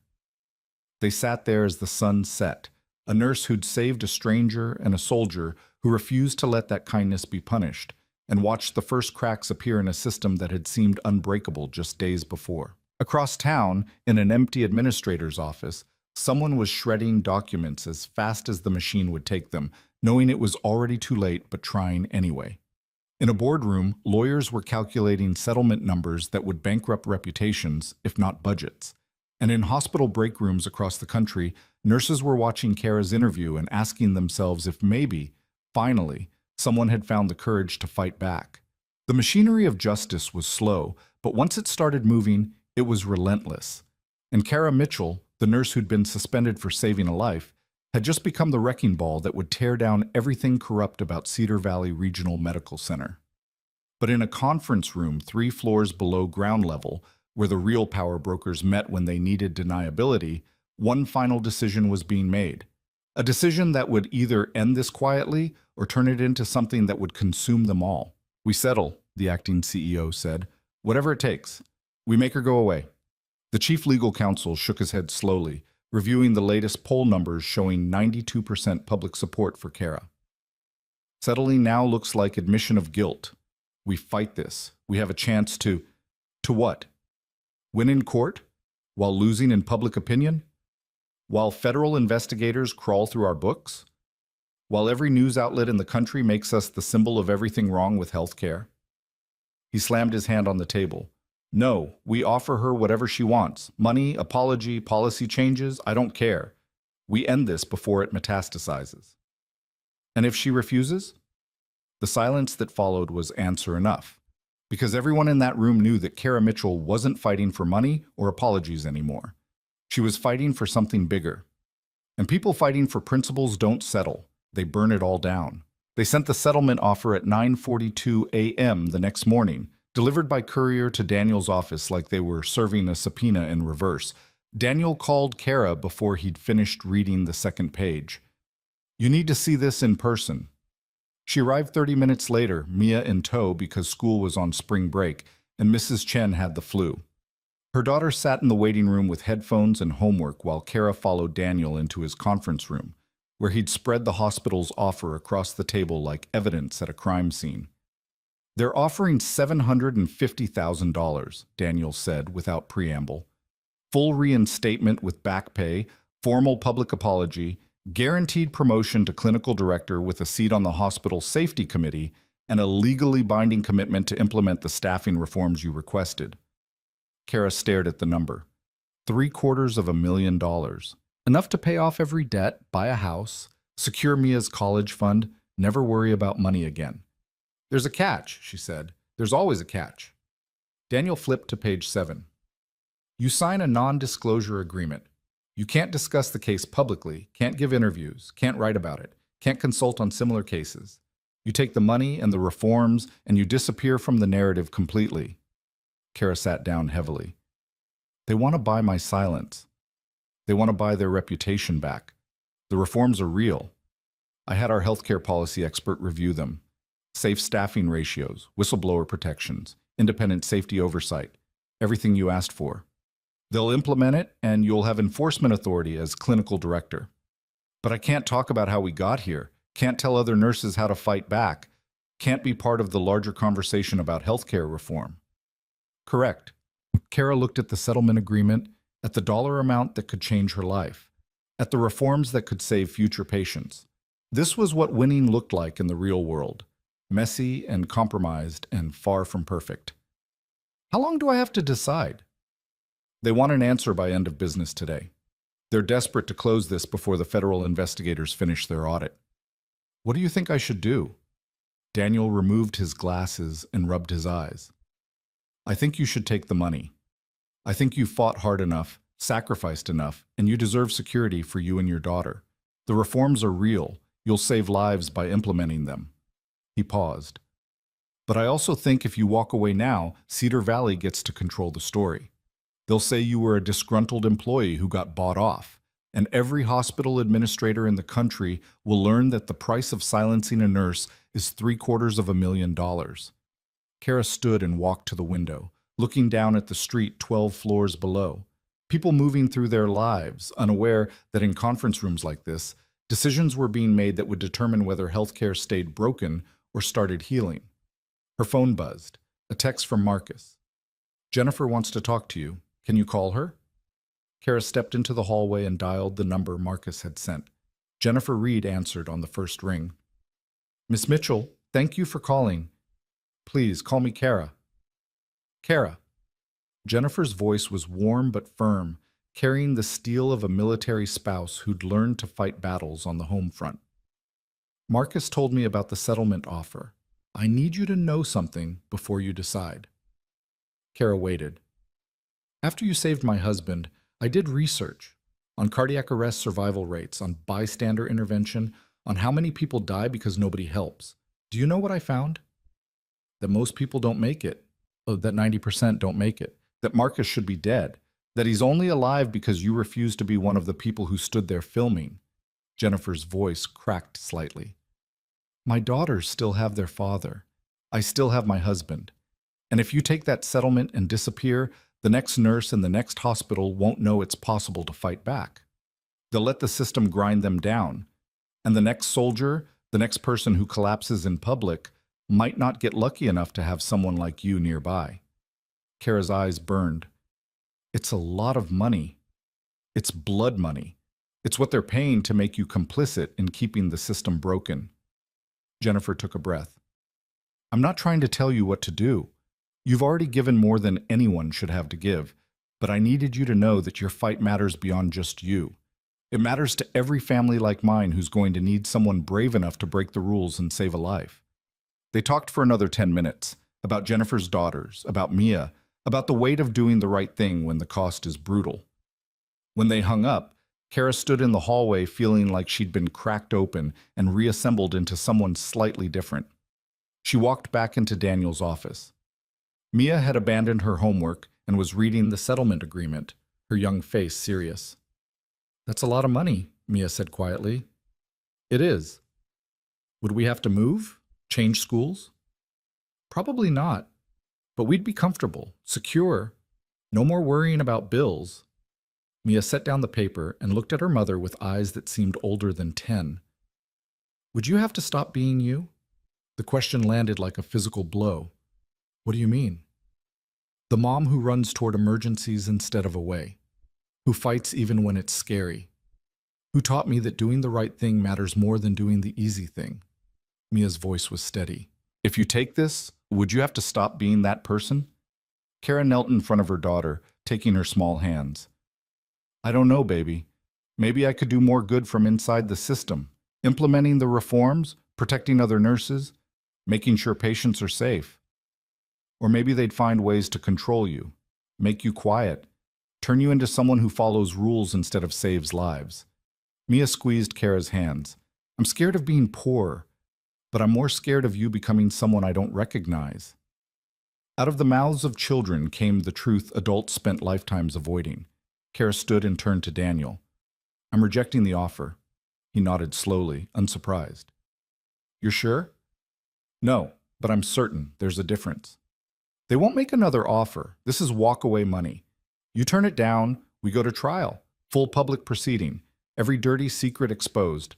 And trials are unpredictable. You could win nothing. Or I could win something that actually matters. Precedent, accountability. A message to every hospital that you can't destroy nurses for caring. Kara's voice was steady. Draft the rejection. Make it clear why I'm declining. I want them to know this isn't about money. It's about principle. Daniel drafted the response while Kara waited, each word a nail in Cedar Valley's coffin. She signed it without hesitation, and Daniel sent it via email with read receipt requested. The hospital's response came within 90 minutes. Not from lawyers. From the new acting CEO directly, a man named Robert Halloway, who'd been brought in to manage the crisis and salvage what remained of Cedar Valley's reputation. He requested a face-to-face meeting, just Kara and him. No lawyers, no mediators, off the record. It's a trap, Marcus said when she told him. Maybe, or maybe he wants to actually talk. You don't owe him conversation. No, but I want to look him in the eye when I tell him exactly what his hospital did to me and every other nurse they've destroyed. They met at a coffee shop equidistant from both their locations, neutral territory with witnesses. Halloway was 63, silver-haired, and carried himself with the weariness of someone who'd spent a career cleaning up other people's messes. He ordered coffee and got straight to it. Ms. Mitchell, I'm not here to change your mind about the settlement. I respect your decision, even though I think it's financially insane. He sipped his coffee.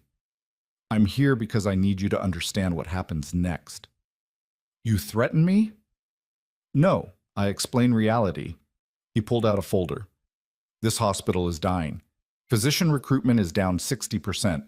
Patient transfers to other facilities are up 40%. Our bond rating was just downgraded.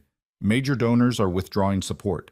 Within 6 months, Cedar Valley Regional will either close or be acquired by a larger health system.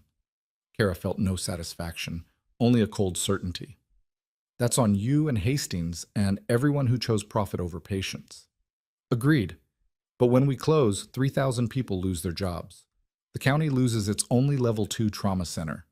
Rural communities lose access to emergency care within 50 miles. He leaned forward. I'm not asking you to care about the administrators, but the cooks, the janitors, the nurses who didn't quit, the patients who need us. They're collateral damage in a fight they didn't start. You're trying to make me feel guilty for defending myself. I'm trying to make you see the bigger picture. You won. Hastings is facing criminal charges. The board is gutted. Reforms are being implemented whether you're here or not. But pushing this to trial, making it a public circus, that doesn't hurt the people who wronged you. They're already gone. It hurts everyone else. Kara set down her coffee carefully. You know what I see when I look at the bigger picture? 7 patients who died because your hospital understaffed units to save money. 47 nurses who were driven out for caring too much. Thousands of patients who received substandard care because policy mattered more than people. Her voice was ice. Cedar Valley Regional deserves to close. And if that's collateral damage, then maybe the system needs to learn that consequences are real. Holloway studied her for a long moment. You really believe that? I know that, because I lived it. He nodded slowly, then stood. I had to try. For the record, you would have been an excellent clinical director. The hospital needs people like you. The hospital needs to not exist in its current form. Maybe something better rises from the ashes. Maybe. He dropped a 20 on the table for the coffee. Or maybe 3,000 people just end up unemployed and a county loses critical healthcare access. I guess we'll see. He walked out, leaving Kara alone with the weight of consequences she hadn't asked for but couldn't avoid. She sat there for 20 minutes, staring at nothing, before her phone rang. Daniel. The state attorney general wants to meet. They're offering you a deal. What kind of deal? Testify against Hastings and the former CEO. Help them build the criminal case. In exchange, they fast-track the reforms and guarantee independent oversight to prevent future abuses. That's not a deal. That's what I want anyway. The deal is that they'll also fund a nursing advocacy position at the AG's office. Someone who reviews hospital complaints, investigates retaliation claims, and has authority to trigger regulatory action. They want to offer you the job. Kara's breath caught. A government position investigating hospital abuse, with subpoena power, protected status, and a salary that would let you keep fighting without worrying about money. You'd be turning your experience into systematic change. It was perfect. Too perfect. What's the catch? You'd have to work with hospitals, not against them. Build consensus, create policies, negotiate reforms. You'd be inside the system trying to fix it, not outside burning it down. Kara thought about what Holloway had said, about collateral damage and bigger pictures. Thought about Jennifer Reed's words about the next nurse who'd need to know fighting back was possible. Thought about Mia's question about whether she'd have to stop being herself. Set up the meeting, she said. I want to hear what they're proposing. The meeting was the next day, in the state capitol, in an office that overlooked the city where laws were written and justice was theoretically dispensed. The Attorney General was a sharp-eyed woman named Victoria Reese, who'd built her career on white-collar prosecutions. She didn't waste time on pleasantries. We have Hastings dead to rights on multiple felonies: Medicare fraud, falsification of medical records, obstruction of justice. She's looking at 15 to 20 years if convicted, but we need insider testimony to make the case airtight. Someone who can explain to a jury how the policies translated to patient harm. I can do that, Kara said. I know you can. The question is whether you want the job that comes after. Reese laid out the proposal. The nursing advocacy and oversight position would be new, created specifically in response to the Cedar Valley scandal. It would have authority to investigate complaints from nurses across the state, review hospital policies for safety compliance, and recommend regulatory action to the health department. The salary was $68,000. Not wealthy, but stable. Benefits were government standard. Term was 4 years, renewable. Why me? Kara asked. I'm not a lawyer or policy expert. You're a nurse who understands the system from inside, who has credibility with frontline staff, who proved you can't be intimidated or bought.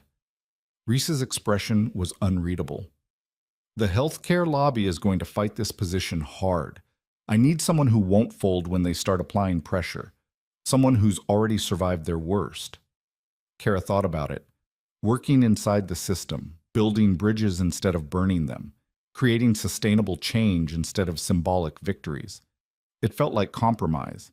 It felt like selling out. It also felt like the only way to actually fix anything. I need 3 guarantees, Kara said. 1, the position has real authority, not advisory, not consultative. Power to trigger investigations and recommend sanctions. 2, I answer to the AG's office, not the health department. No hospital industry captured oversight. 3, the reforms at Cedar Valley happen regardless of whether I take this job. They're not contingent on my cooperation. Reese smiled. Already written into the enabling legislation. The governor's signing it tomorrow. Then I accept. They shook hands. Kara walked out of the state capitol building feeling like she'd just made either the best or worst decision of her life, and there was no way to know which until time revealed it. Marcus was waiting at the bottom of the steps, leaning against a concrete pillar like he'd been carved from the same stone. You took the job. How did you know? Because you walked out looking determined instead of relieved. Money makes people relieved. Purpose makes them determined. They walked through the Capitol grounds while Kara explained the position, the authority, the mission. Marcus listened without interrupting, his expression thoughtful. So you're going to work with hospitals instead of destroying them, he said finally. I'm going to make them better, or at least less terrible. That's going to piss off people who wanted blood. People who wanted blood can file their own lawsuits. I wanted change. Marcus stopped walking and turned to face her. For what it's worth, I think you made the right call. Burning everything down feels good, but building something better matters more. Tell me that in 6 months when I'm buried in bureaucracy and the hospitals are fighting every reform. I'll tell you that every day if you need to hear it. His expression was serious. You saved my life, Kara. Now you're going to save a lot of other lives by making sure nurses can do their jobs without getting destroyed for it. That's not compromise. That's victory. The trial started 6 weeks later, and it was everything the hospital had feared. The prosecution built their case methodically. Falsified staffing reports, manipulated patient safety metrics, Medicare billing fraud amounting to $3.7 million over 2 years. They called Dr. Weston, who testified about pressure to overlook safety violations. They called former nurses who described impossible working conditions and retaliation for speaking up. They called family members of patients who died from preventable complications. And then they called Kara. She sat in the witness box in a navy suit Daniel had helped her pick out, looking directly at Rachel Hastings sitting at the defense table. The woman who'd suspended her, leaked her personnel file, tried to destroy her career to protect her own. Hastings wouldn't meet her eyes. The prosecutor, a methodical man named Stevens, walked Kara through her employment history, her exemplary record, the day she saved Marcus Reed's life. Then he asked the question that mattered. Ms. Mitchell, in your professional opinion, did the policies implemented by Director Hastings create conditions that endangered patient safety? Yes. Can you explain why? Kara took a breath and delivered testimony she'd been preparing for weeks. She explained safe nurse-to-patient ratios and how Cedar Valley consistently violated them. She described the pressure to discharge patients prematurely to maintain bed turnover. She detailed incidents where she'd caught critical errors because she stayed late despite being forbidden overtime. I watched patients suffer complications that were preventable with proper staffing. I watched nurses break down crying in supply closets because they couldn't provide adequate care. I watched the hospital prioritize profit metrics over human lives, systematically and deliberately, for years. And when you raised concerns, I was labeled difficult, insubordinate, a troublemaker. Kara's voice was steady. The hospital's message was clear. Stay quiet or lose your job. Most nurses stayed quiet. The ones who didn't were driven out. The defense tried to rattle her on cross-examination, suggesting she was bitter about the suspension, that she was exaggerating to justify a lawsuit, that she couldn't prove direct causation between policies and patient deaths. Kara answered each question calmly, precisely, letting the facts speak. The defense attorney, a man who charged $800 an hour to protect people like Hastings, tried one final angle. Ms. Mitchell, you've accepted a position with the Attorney General's office investigating hospital practices. Isn't it true you're testifying here to advance your own career? Kara looked at him with something that might have been pity. I'm testifying here because 7 patients died, because nurses were punished for caring, because a system that's supposed to heal people became a machine that grinds them up for profit. If that advances my career, then I guess caring about patients is suddenly good for business. The gallery erupted in applause. The judge gavelled for order, but she was smiling. The trial lasted 3 weeks. The jury deliberated for 6 hours. Guilty on all counts. Rachel Hastings stood emotionless as the verdict was read, her hands clasped in front of her, her expensive suit perfectly pressed. She'd probably known this was coming for weeks. But knowing and experiencing are different things. At sentencing 2 months later, the judge gave her 12 years in federal prison and ordered restitution of the full $3.7 million. The former CEO got 8 years. 3 board members were hit with massive fines and banned from serving on healthcare boards.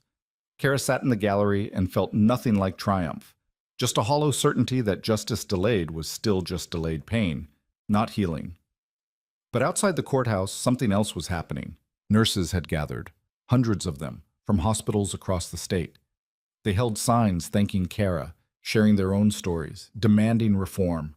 News cameras captured it all, a movement building in real time, sparked by one woman who'd refused to accept that saving lives was punishable.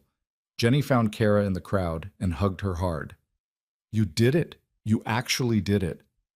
We did it. All of us. No. Jenny pulled back, her eyes bright. You started it. The rest of us just followed your lead. Over the next month, the ripple effects became visible.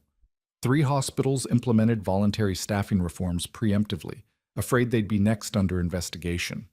The State Nursing Association used the Cedar Valley case as leverage to push for mandatory safe staffing legislation. Medical schools started teaching case studies on institutional failure and whistleblower protection, and Kara started her new job. The nursing advocacy office was small, just her, a paralegal named Rita, and an administrative assistant, but they had subpoena power and a mandate from the governor to clean up healthcare practices statewide. The first complaint came within 48 hours. A nurse at a suburban hospital reporting retaliation for questioning unsafe patient loads. Kara reviewed the documentation, cross-referenced state regulations, and sent a formal inquiry to the hospital's CEO. The hospital implemented changes within a week. The second complaint came from a rural facility where nurses were being pressured to work through breaks and off the clock. Kara showed up unannounced, reviewed time records, and found systemic wage theft amounting to hundreds of thousands. She referred it for criminal prosecution. Word spread fast. The nursing advocacy position wasn't symbolic. It had teeth. And the nurse running it wasn't interested in compromise when it came to patient safety. Kara worked 12-hour days building cases, reviewing complaints, educating nurses about their rights. She went home exhausted but purposeful, the kind of tired that comes from doing work that matters. Mia noticed the difference immediately. You smile more now, she said one evening over dinner. I do? Yeah, like you're happy instead of just okay. Kara realized it was true. She was fighting the same battles, but from a position of strength instead of desperation. She had authority, resources, backup. She could create change instead of just surviving cruelty. 6 months into the job, she got a call from Commander Graves. CMRI still has that position open if you want it. Kara was surprised. I thought that was closed after the investigation. It was, but you're cleared now, proving yourself in a different arena. The offer stands if you want to take it. Kara thought about it. High-stakes medicine, deployment work, the adrenaline rush of crisis response. Part of her missed it. The part that ran toward emergencies instead of away. Thank you, but I think I'm where I need to be. Saving lives from a desk instead of the field. Saving systems instead of individuals. It's different work, but it matters just as much. Graves was quiet for a moment. You know what? You're probably right. Take care of yourself, Kara. And if you ever change your mind, you know where to find me. That evening, Kara sat on her apartment balcony watching the sunset and thinking about how far she'd come from the exhausted nurse sleeping in her car, terrified of being late to a shift that was slowly killing her. Her phone rang. Unknown number. She almost didn't answer, but something made her pick up. Kara Mitchell? Speaking. This is Nurse Supervisor Emma Garrett from Riverside County Medical. I have a situation. A doctor ordered a medication dose that's going to kill the patient if I give it. I questioned it, and he threatened to have me fired for insubordination. I don't know what to do. Kara sat up straighter, her pulse quickening. This was why the position existed, this exact moment. Don't give the medication. Document everything, the order, your concern, his threat. Then call me back in 5 minutes with the patient's chart number and the doctor's name. I'm about to make a phone call that's going to change how your hospital handles provider accountability. She hung up and immediately called the hospital's CEO. Had him on the line within 60 seconds despite the late hour. Explained the situation in terms that made liability exposure very clear. The doctor was suspended pending review. The patient lived. Nurse Garrett kept her job. And Kara went to bed that night knowing she'd saved a life without performing a single medical procedure. The work continued. Complaints rolled in, some legitimate, some not, all requiring investigation. Kara built a reputation for being fair but unyielding, willing to work with hospitals that engaged in good faith, but ruthless with those that didn't. She testified before the state legislature on safe staffing bills. She trained nurses on whistleblower protections. She built a network of advocates across the state who could mobilize when systemic problems needed public pressure. And slowly, incrementally, things began to change. Not everywhere, not completely. The healthcare system was too big, too broken, too invested in profit to transform overnight. But in hospitals across the state, administrators started thinking twice before retaliating against nurses who spoke up, because they knew someone was watching now, someone with authority and a personal understanding of what it costs to fight back. 1 year after the trial, Kara received an invitation to speak at a national nursing conference. The topic, From Victim to Advocate, Turning Personal Trauma into Systemic Change. She almost declined. Public speaking terrified her. But then she remembered Jennifer Reed's words about the next nurse who'd need to know fighting back was possible. She accepted. The conference was in Chicago, 3,000 nurses from across the country. Kara stood backstage listening to her introduction, the airport rescue, the suspension, the trial, the new advocacy position, and felt the familiar rush of adrenaline that came before every emergency. She walked on stage to thunderous applause and looked out at a sea of faces. Nurses who were exhausted, beaten down, trapped in the same system she'd escaped. Nurses who needed hope. She told them her story. Not the sanitized version, but the real one. The terror of losing her job, the shame of being publicly destroyed, the temptation to take the settlement and disappear, and the decision to fight instead, even though it was brutal and uncertain. I'm not special, she said. I'm not braver or stronger than any of you. I just reached a point where I couldn't live with myself if I stayed quiet. And I got lucky. I had people who fought alongside me. But here's what I learned. The system counts on us being too scared to fight back. It counts on isolation, exhaustion, and fear. The moment we refuse to be isolated, the moment we stand together and say not anymore, everything changes.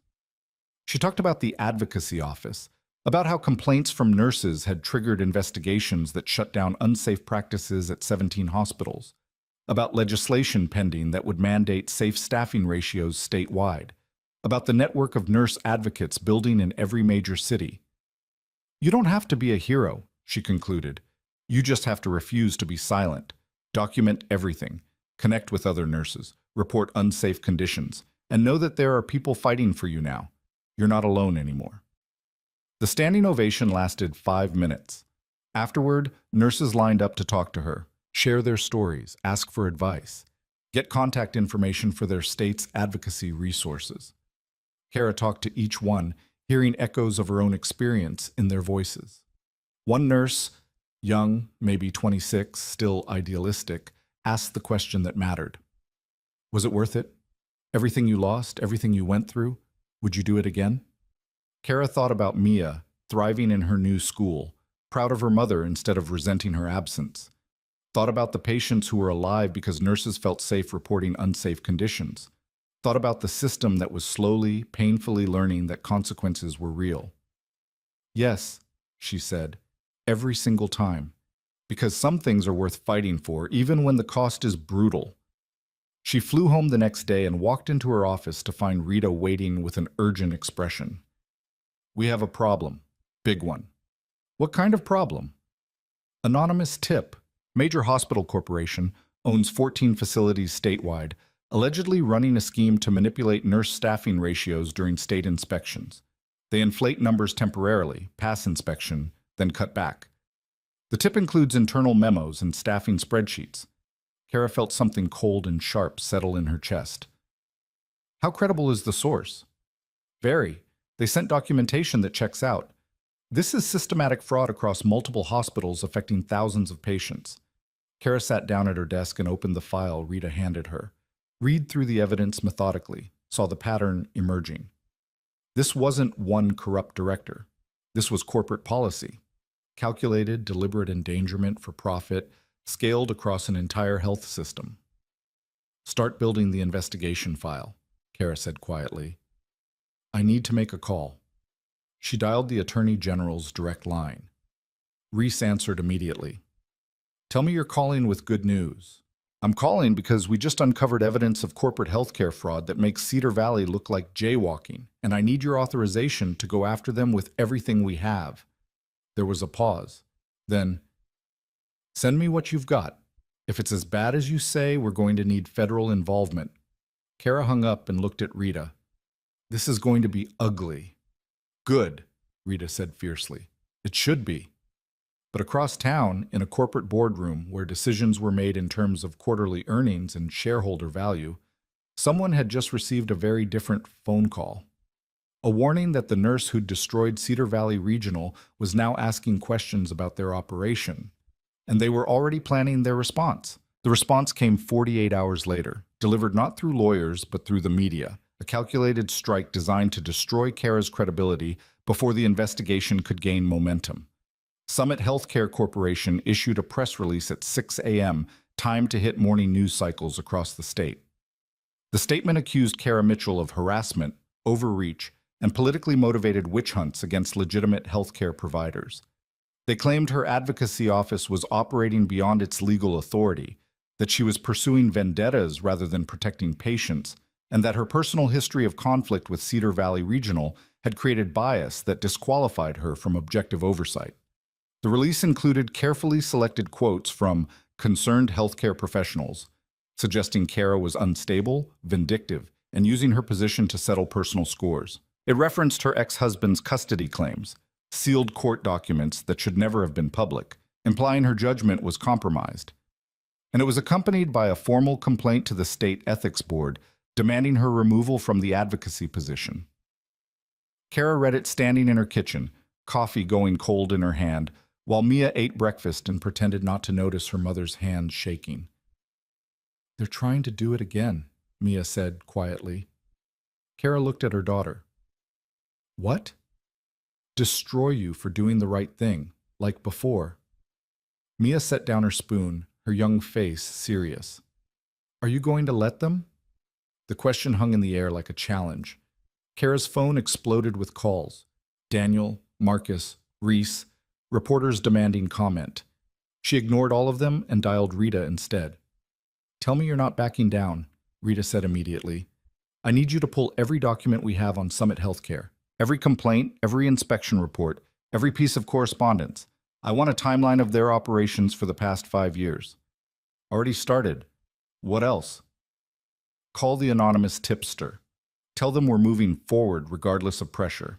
See if they have more evidence they haven't shared yet. Done. Kara, they're going scorched earth on this. Summit has unlimited resources and political connections. This isn't Cedar Valley. This is bigger. Good.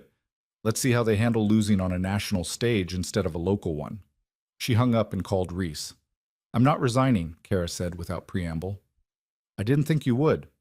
But I need to know, is there anything in their allegations that's true? Anything they can use against you?" "My ex-husband tried to claim I was unstable during our custody battle. The judge rejected it completely and awarded me full custody. Summit somehow got sealed court records to weaponize it. That's a legal acquisition of confidential documents. I'll have the AG's legal team file a motion." Reese's voice was hard. "But Kara, you need to understand what you're up against. Summit Healthcare is a $2 billion corporation with 14 hospitals and political influence in the state capital. They've already called 3 legislators demanding your office be defunded. Then I guess we better move fast before they succeed." Kara spent the next 72 hours building a case that would either vindicate her completely or end her career in flames. Rita worked 18-hour shifts pulling documentation. The anonymous tipster, who turned out to be a Summit Regional Nursing Director with 20 years inside the corporation, came forward with 3 additional boxes of evidence. Her name was Dr. Valerie Chen, and she met Kara in a parking garage like they were in a spy thriller, her face gray with stress and determination. "They're going to destroy me for this, doctor," Chen said, handing over the boxes. "But I can't watch them kill any more patients for quarterly earnings." Inside was a roadmap of corporate malfeasance. Emails from executive leadership explicitly ordering staffing cuts below safe levels, internal memos discussing how to manipulate state inspection schedules, financial projections that literally budgeted for wrongful death settlements as an acceptable cost of business. One email made Kara's blood run cold. Summit's CFO to the CEO. "Nursing overtime costs are impacting margins. Implement aggressive management to reduce by 40%. Legal estimates will see 3 to 5 additional adverse outcomes annually, but settlement costs are less than staffing expenses. Net positive to bottom line. They'd calculated that killing patients was cheaper than properly staffing hospitals." Kara photographed every page, uploaded everything to secure servers with multiple backups, and called Reese at midnight. "I'm sending you something that's going to make your career. How fast can you convene a grand jury?" The investigation exploded across state and federal jurisdictions simultaneously.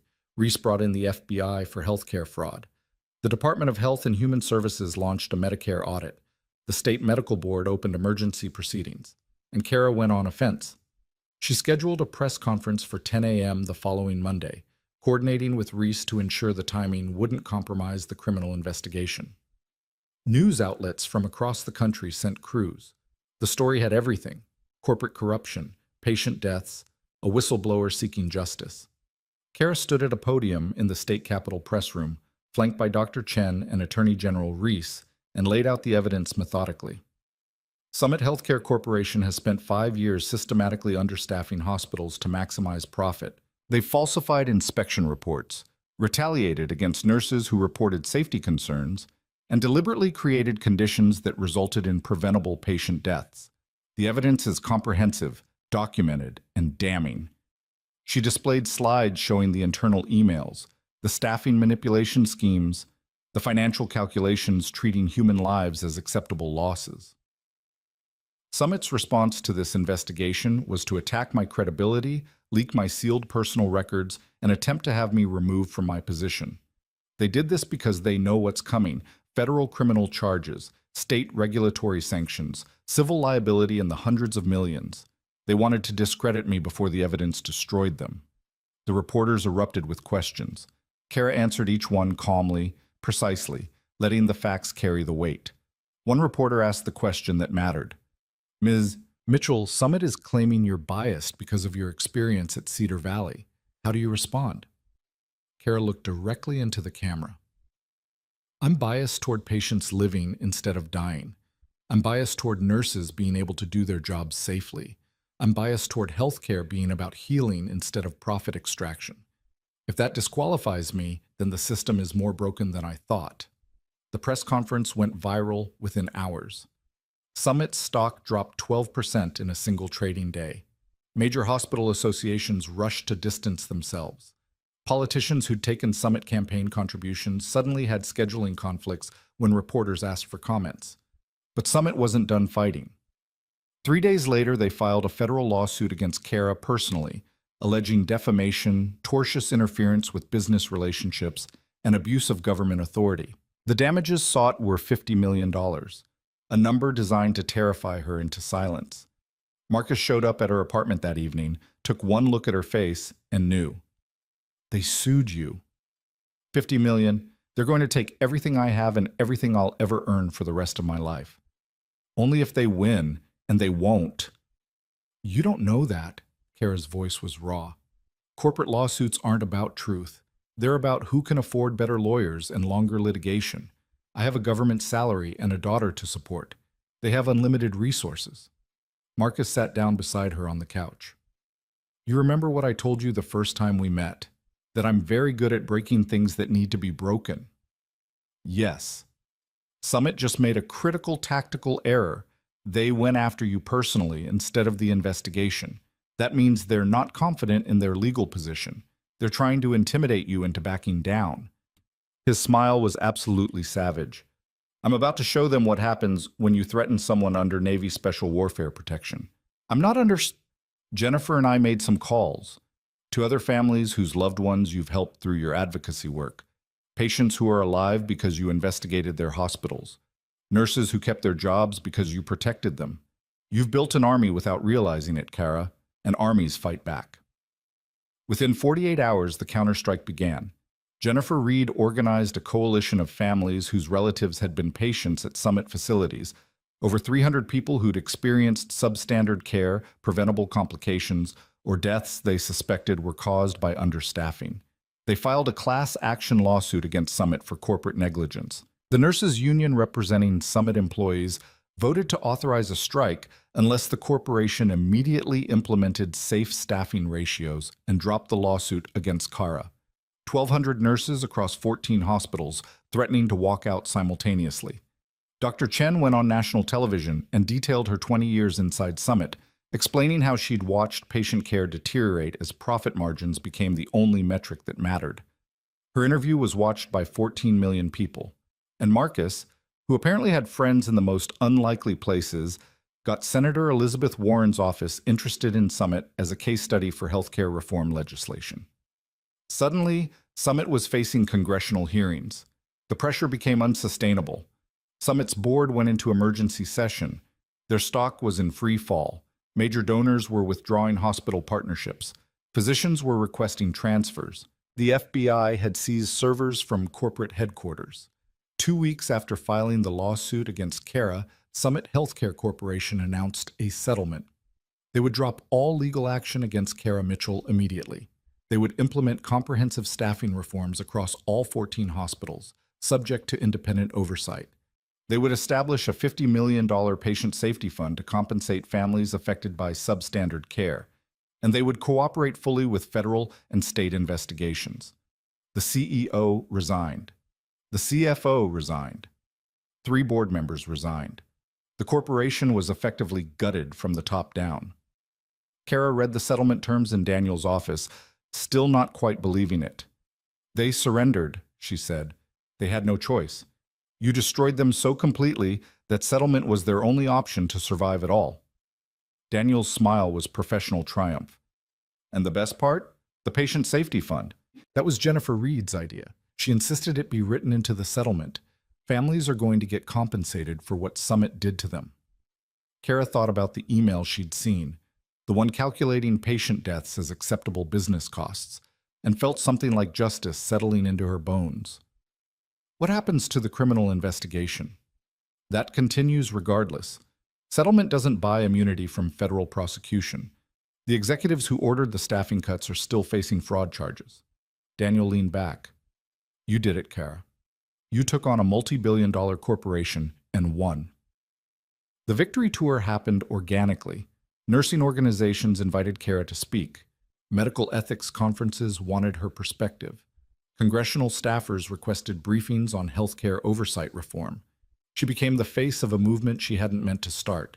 Nurses fighting back against systems that exploited their compassion and punished their courage. 6 months after the Summit settlement, Kara stood in front of the state legislature testifying in favor of mandatory safe staffing ratios.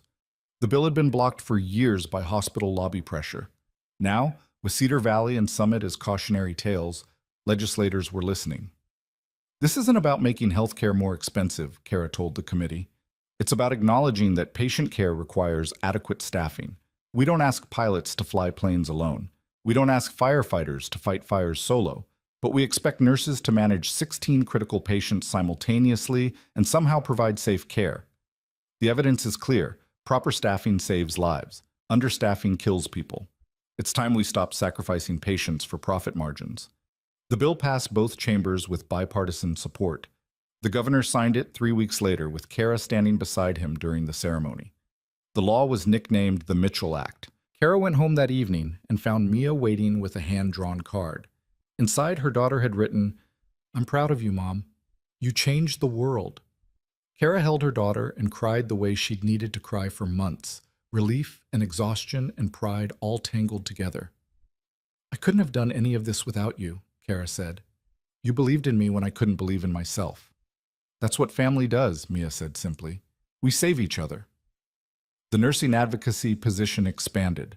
What started as Kara and 2 staff members grew into a statewide office with 12 investigators, dedicated legal support, and a budget that allowed real enforcement. Other states began replicating the model, creating their own advocacy offices based on the work Kara had pioneered. Dr. Chen joined Kara's team as a senior investigator, bringing her insider knowledge to bear on hospital oversight. Rita was promoted to deputy director. Jenny Cortez left hospital nursing entirely and became a field investigator, visiting hospitals to assess working conditions and interview staff. They built something that mattered, a system that protected nurses instead of punishing them, that prioritized patients over profits, that held hospitals accountable when they failed. It wasn't perfect. Corporate healthcare was too entrenched, too powerful to dismantle completely. But it was progress. Real, measurable progress that saved lives. 1 year after the Mitchell Act passed, Kara received an invitation to speak at a nursing school graduation. She almost declined. Public speaking still made her nervous. But the dean mentioned that several students had chosen nursing specifically because of Kara's story. She accepted. The auditorium was packed with new graduates in their ceremonial whites, faces bright with idealism and hope. Kara looked at them and saw herself at 22, before the system had taught her to keep her head down and survive. "You're entering a profession that will break your heart and remake it stronger," she told them. "You'll save lives and lose patients. You'll experience joy and trauma, often in the same shift. The system will try to grind you down, prioritize paperwork over people, and punish you for caring too much." She paused, letting that sink in. "But you have something we didn't have. You have protections. You have advocacy. You have a generation of nurses before you who fought to make things better. And you have the knowledge that fighting back is possible." She told them about the airport, not as a hero story, but as a moment of choice. "I didn't save Chief Petty Officer Reed because I'm special. I saved him because I couldn't live with myself if I walked away. That's all courage is, doing what you know is right even when the cost is brutal." She talked about the aftermath, the suspension, the public destruction, the temptation to accept settlement money and disappear. The easy path was available. I could have taken the money and the silence, but I kept thinking about the next nurse who'd face the same choice, the next patient who'd need someone brave enough to break bad rules and save their life. Her voice strengthened. "You're going to face those choices too. Moments where doing the right thing conflicts with policy, where patient safety requires breaking protocol, where speaking up means risking everything. And I need you to know you're not alone anymore. We built systems to protect you. We created laws to shield you. We established that nurses who prioritize patients over paperwork will be defended, not destroyed." She looked across the sea of young faces. The healthcare system is still broken in fundamental ways. It still values profit over healing. It still grinds people down. But you have the power to change that. One patient at a time, one shift at a time, one moment of courage that ripples out and changes everything. The graduates gave her a standing ovation that lasted until Kara had to wave them quiet. Afterward, a young woman approached, barely 23, nervous and determined. "Ms. Mitchell, I was supposed to go into investment banking. That's where the money is. But I watched what you did and I realized I wanted to do something that actually mattered. So I'm here instead." Kara took her hands. It's going to be hard. Harder than banking. The pay is worse and the hours are brutal. I know, but at the end of my life, I want to look back and know I helped people. That I stood for something, like you. Kara felt something crack open in her chest. Not pain, but the opposite. The knowledge that her fight had inspired others to choose courage. That her story had become permission for others to fight their own battles. Then welcome to the profession, Kara said. We're lucky to have you. That evening, Kara sat on her apartment balcony watching the sunset, Mia doing homework at the table behind her. Her phone buzzed. A text from Marcus.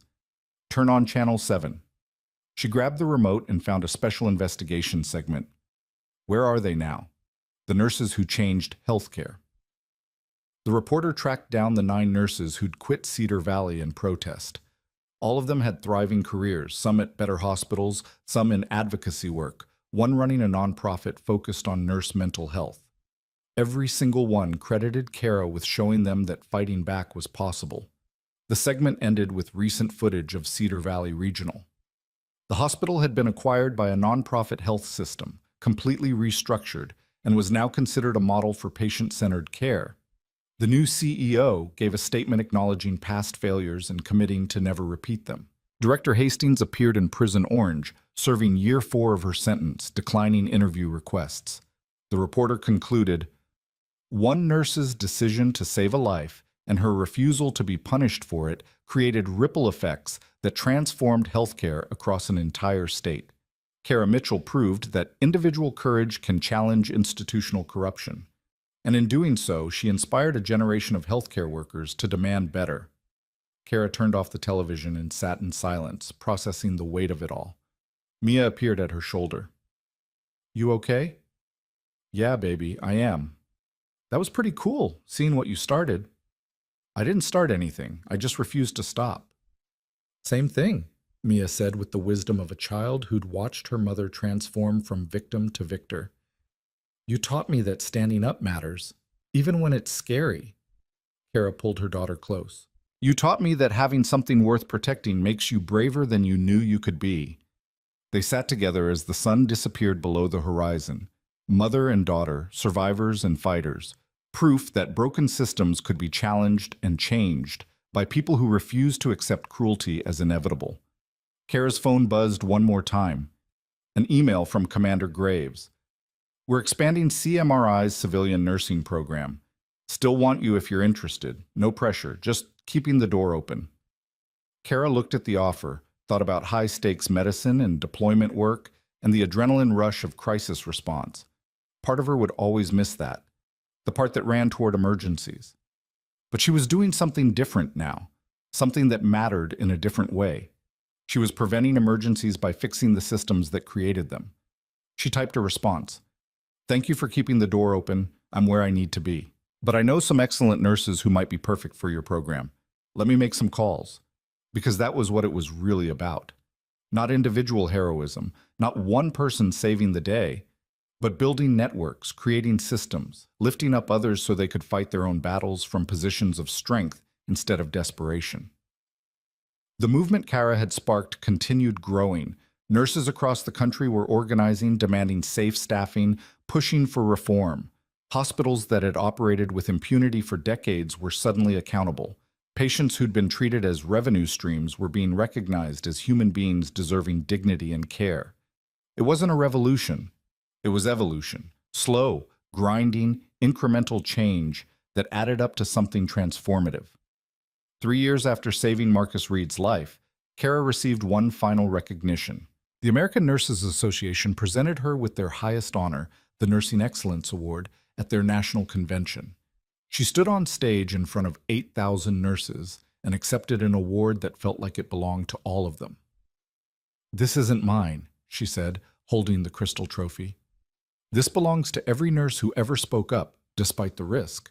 Every nurse who stayed late to comfort a dying patient, even though it meant unpaid overtime.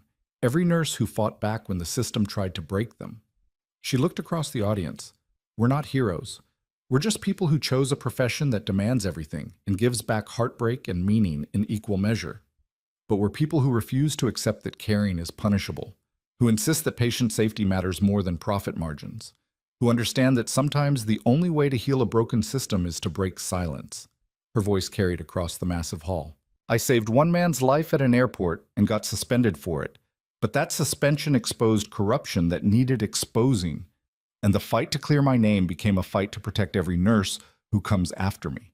That's the real victory, not individual vindication, but systemic change. She raised the award.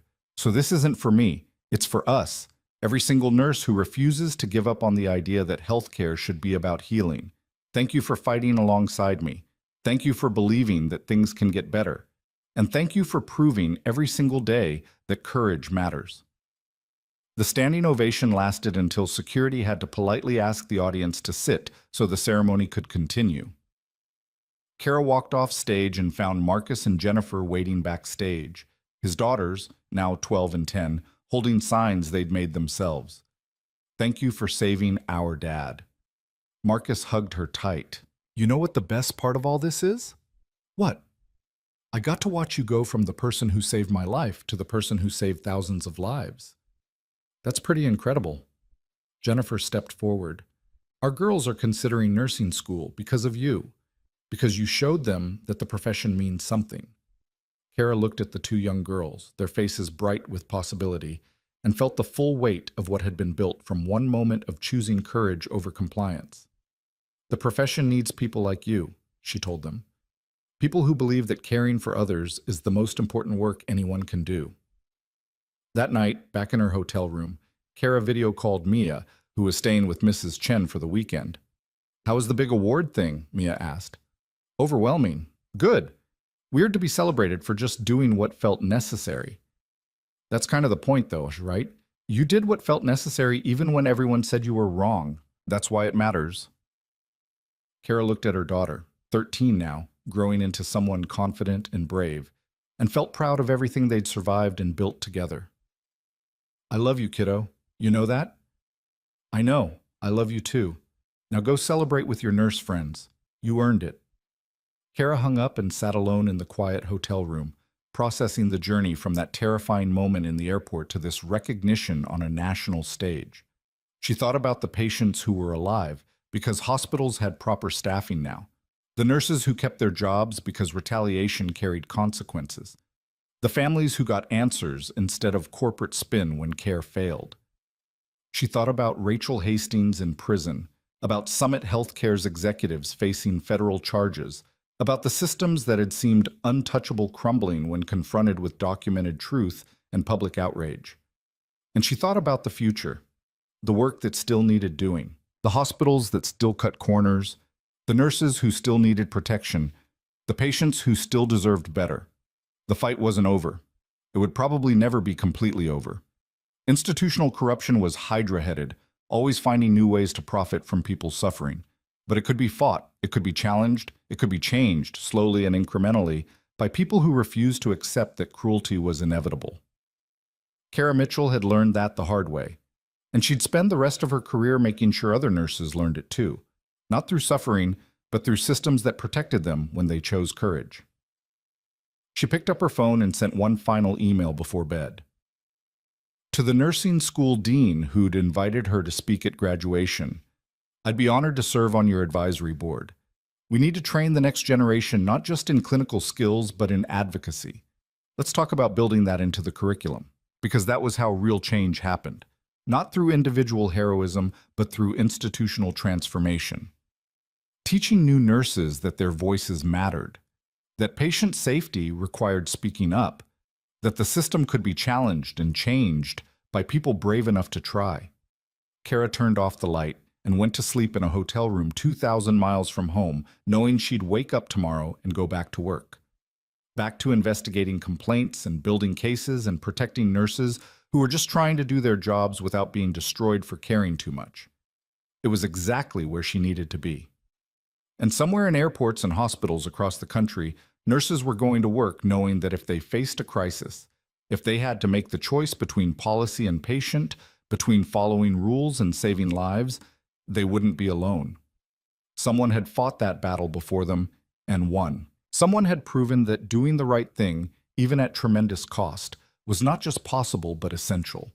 that someone was Kara Mitchell, a nurse who'd been suspended for saving a life and transformed that injustice into a movement that changed healthcare. Not a hero, just a person who refused to accept that compassion was punishable. And in the end, that refusal changed everything.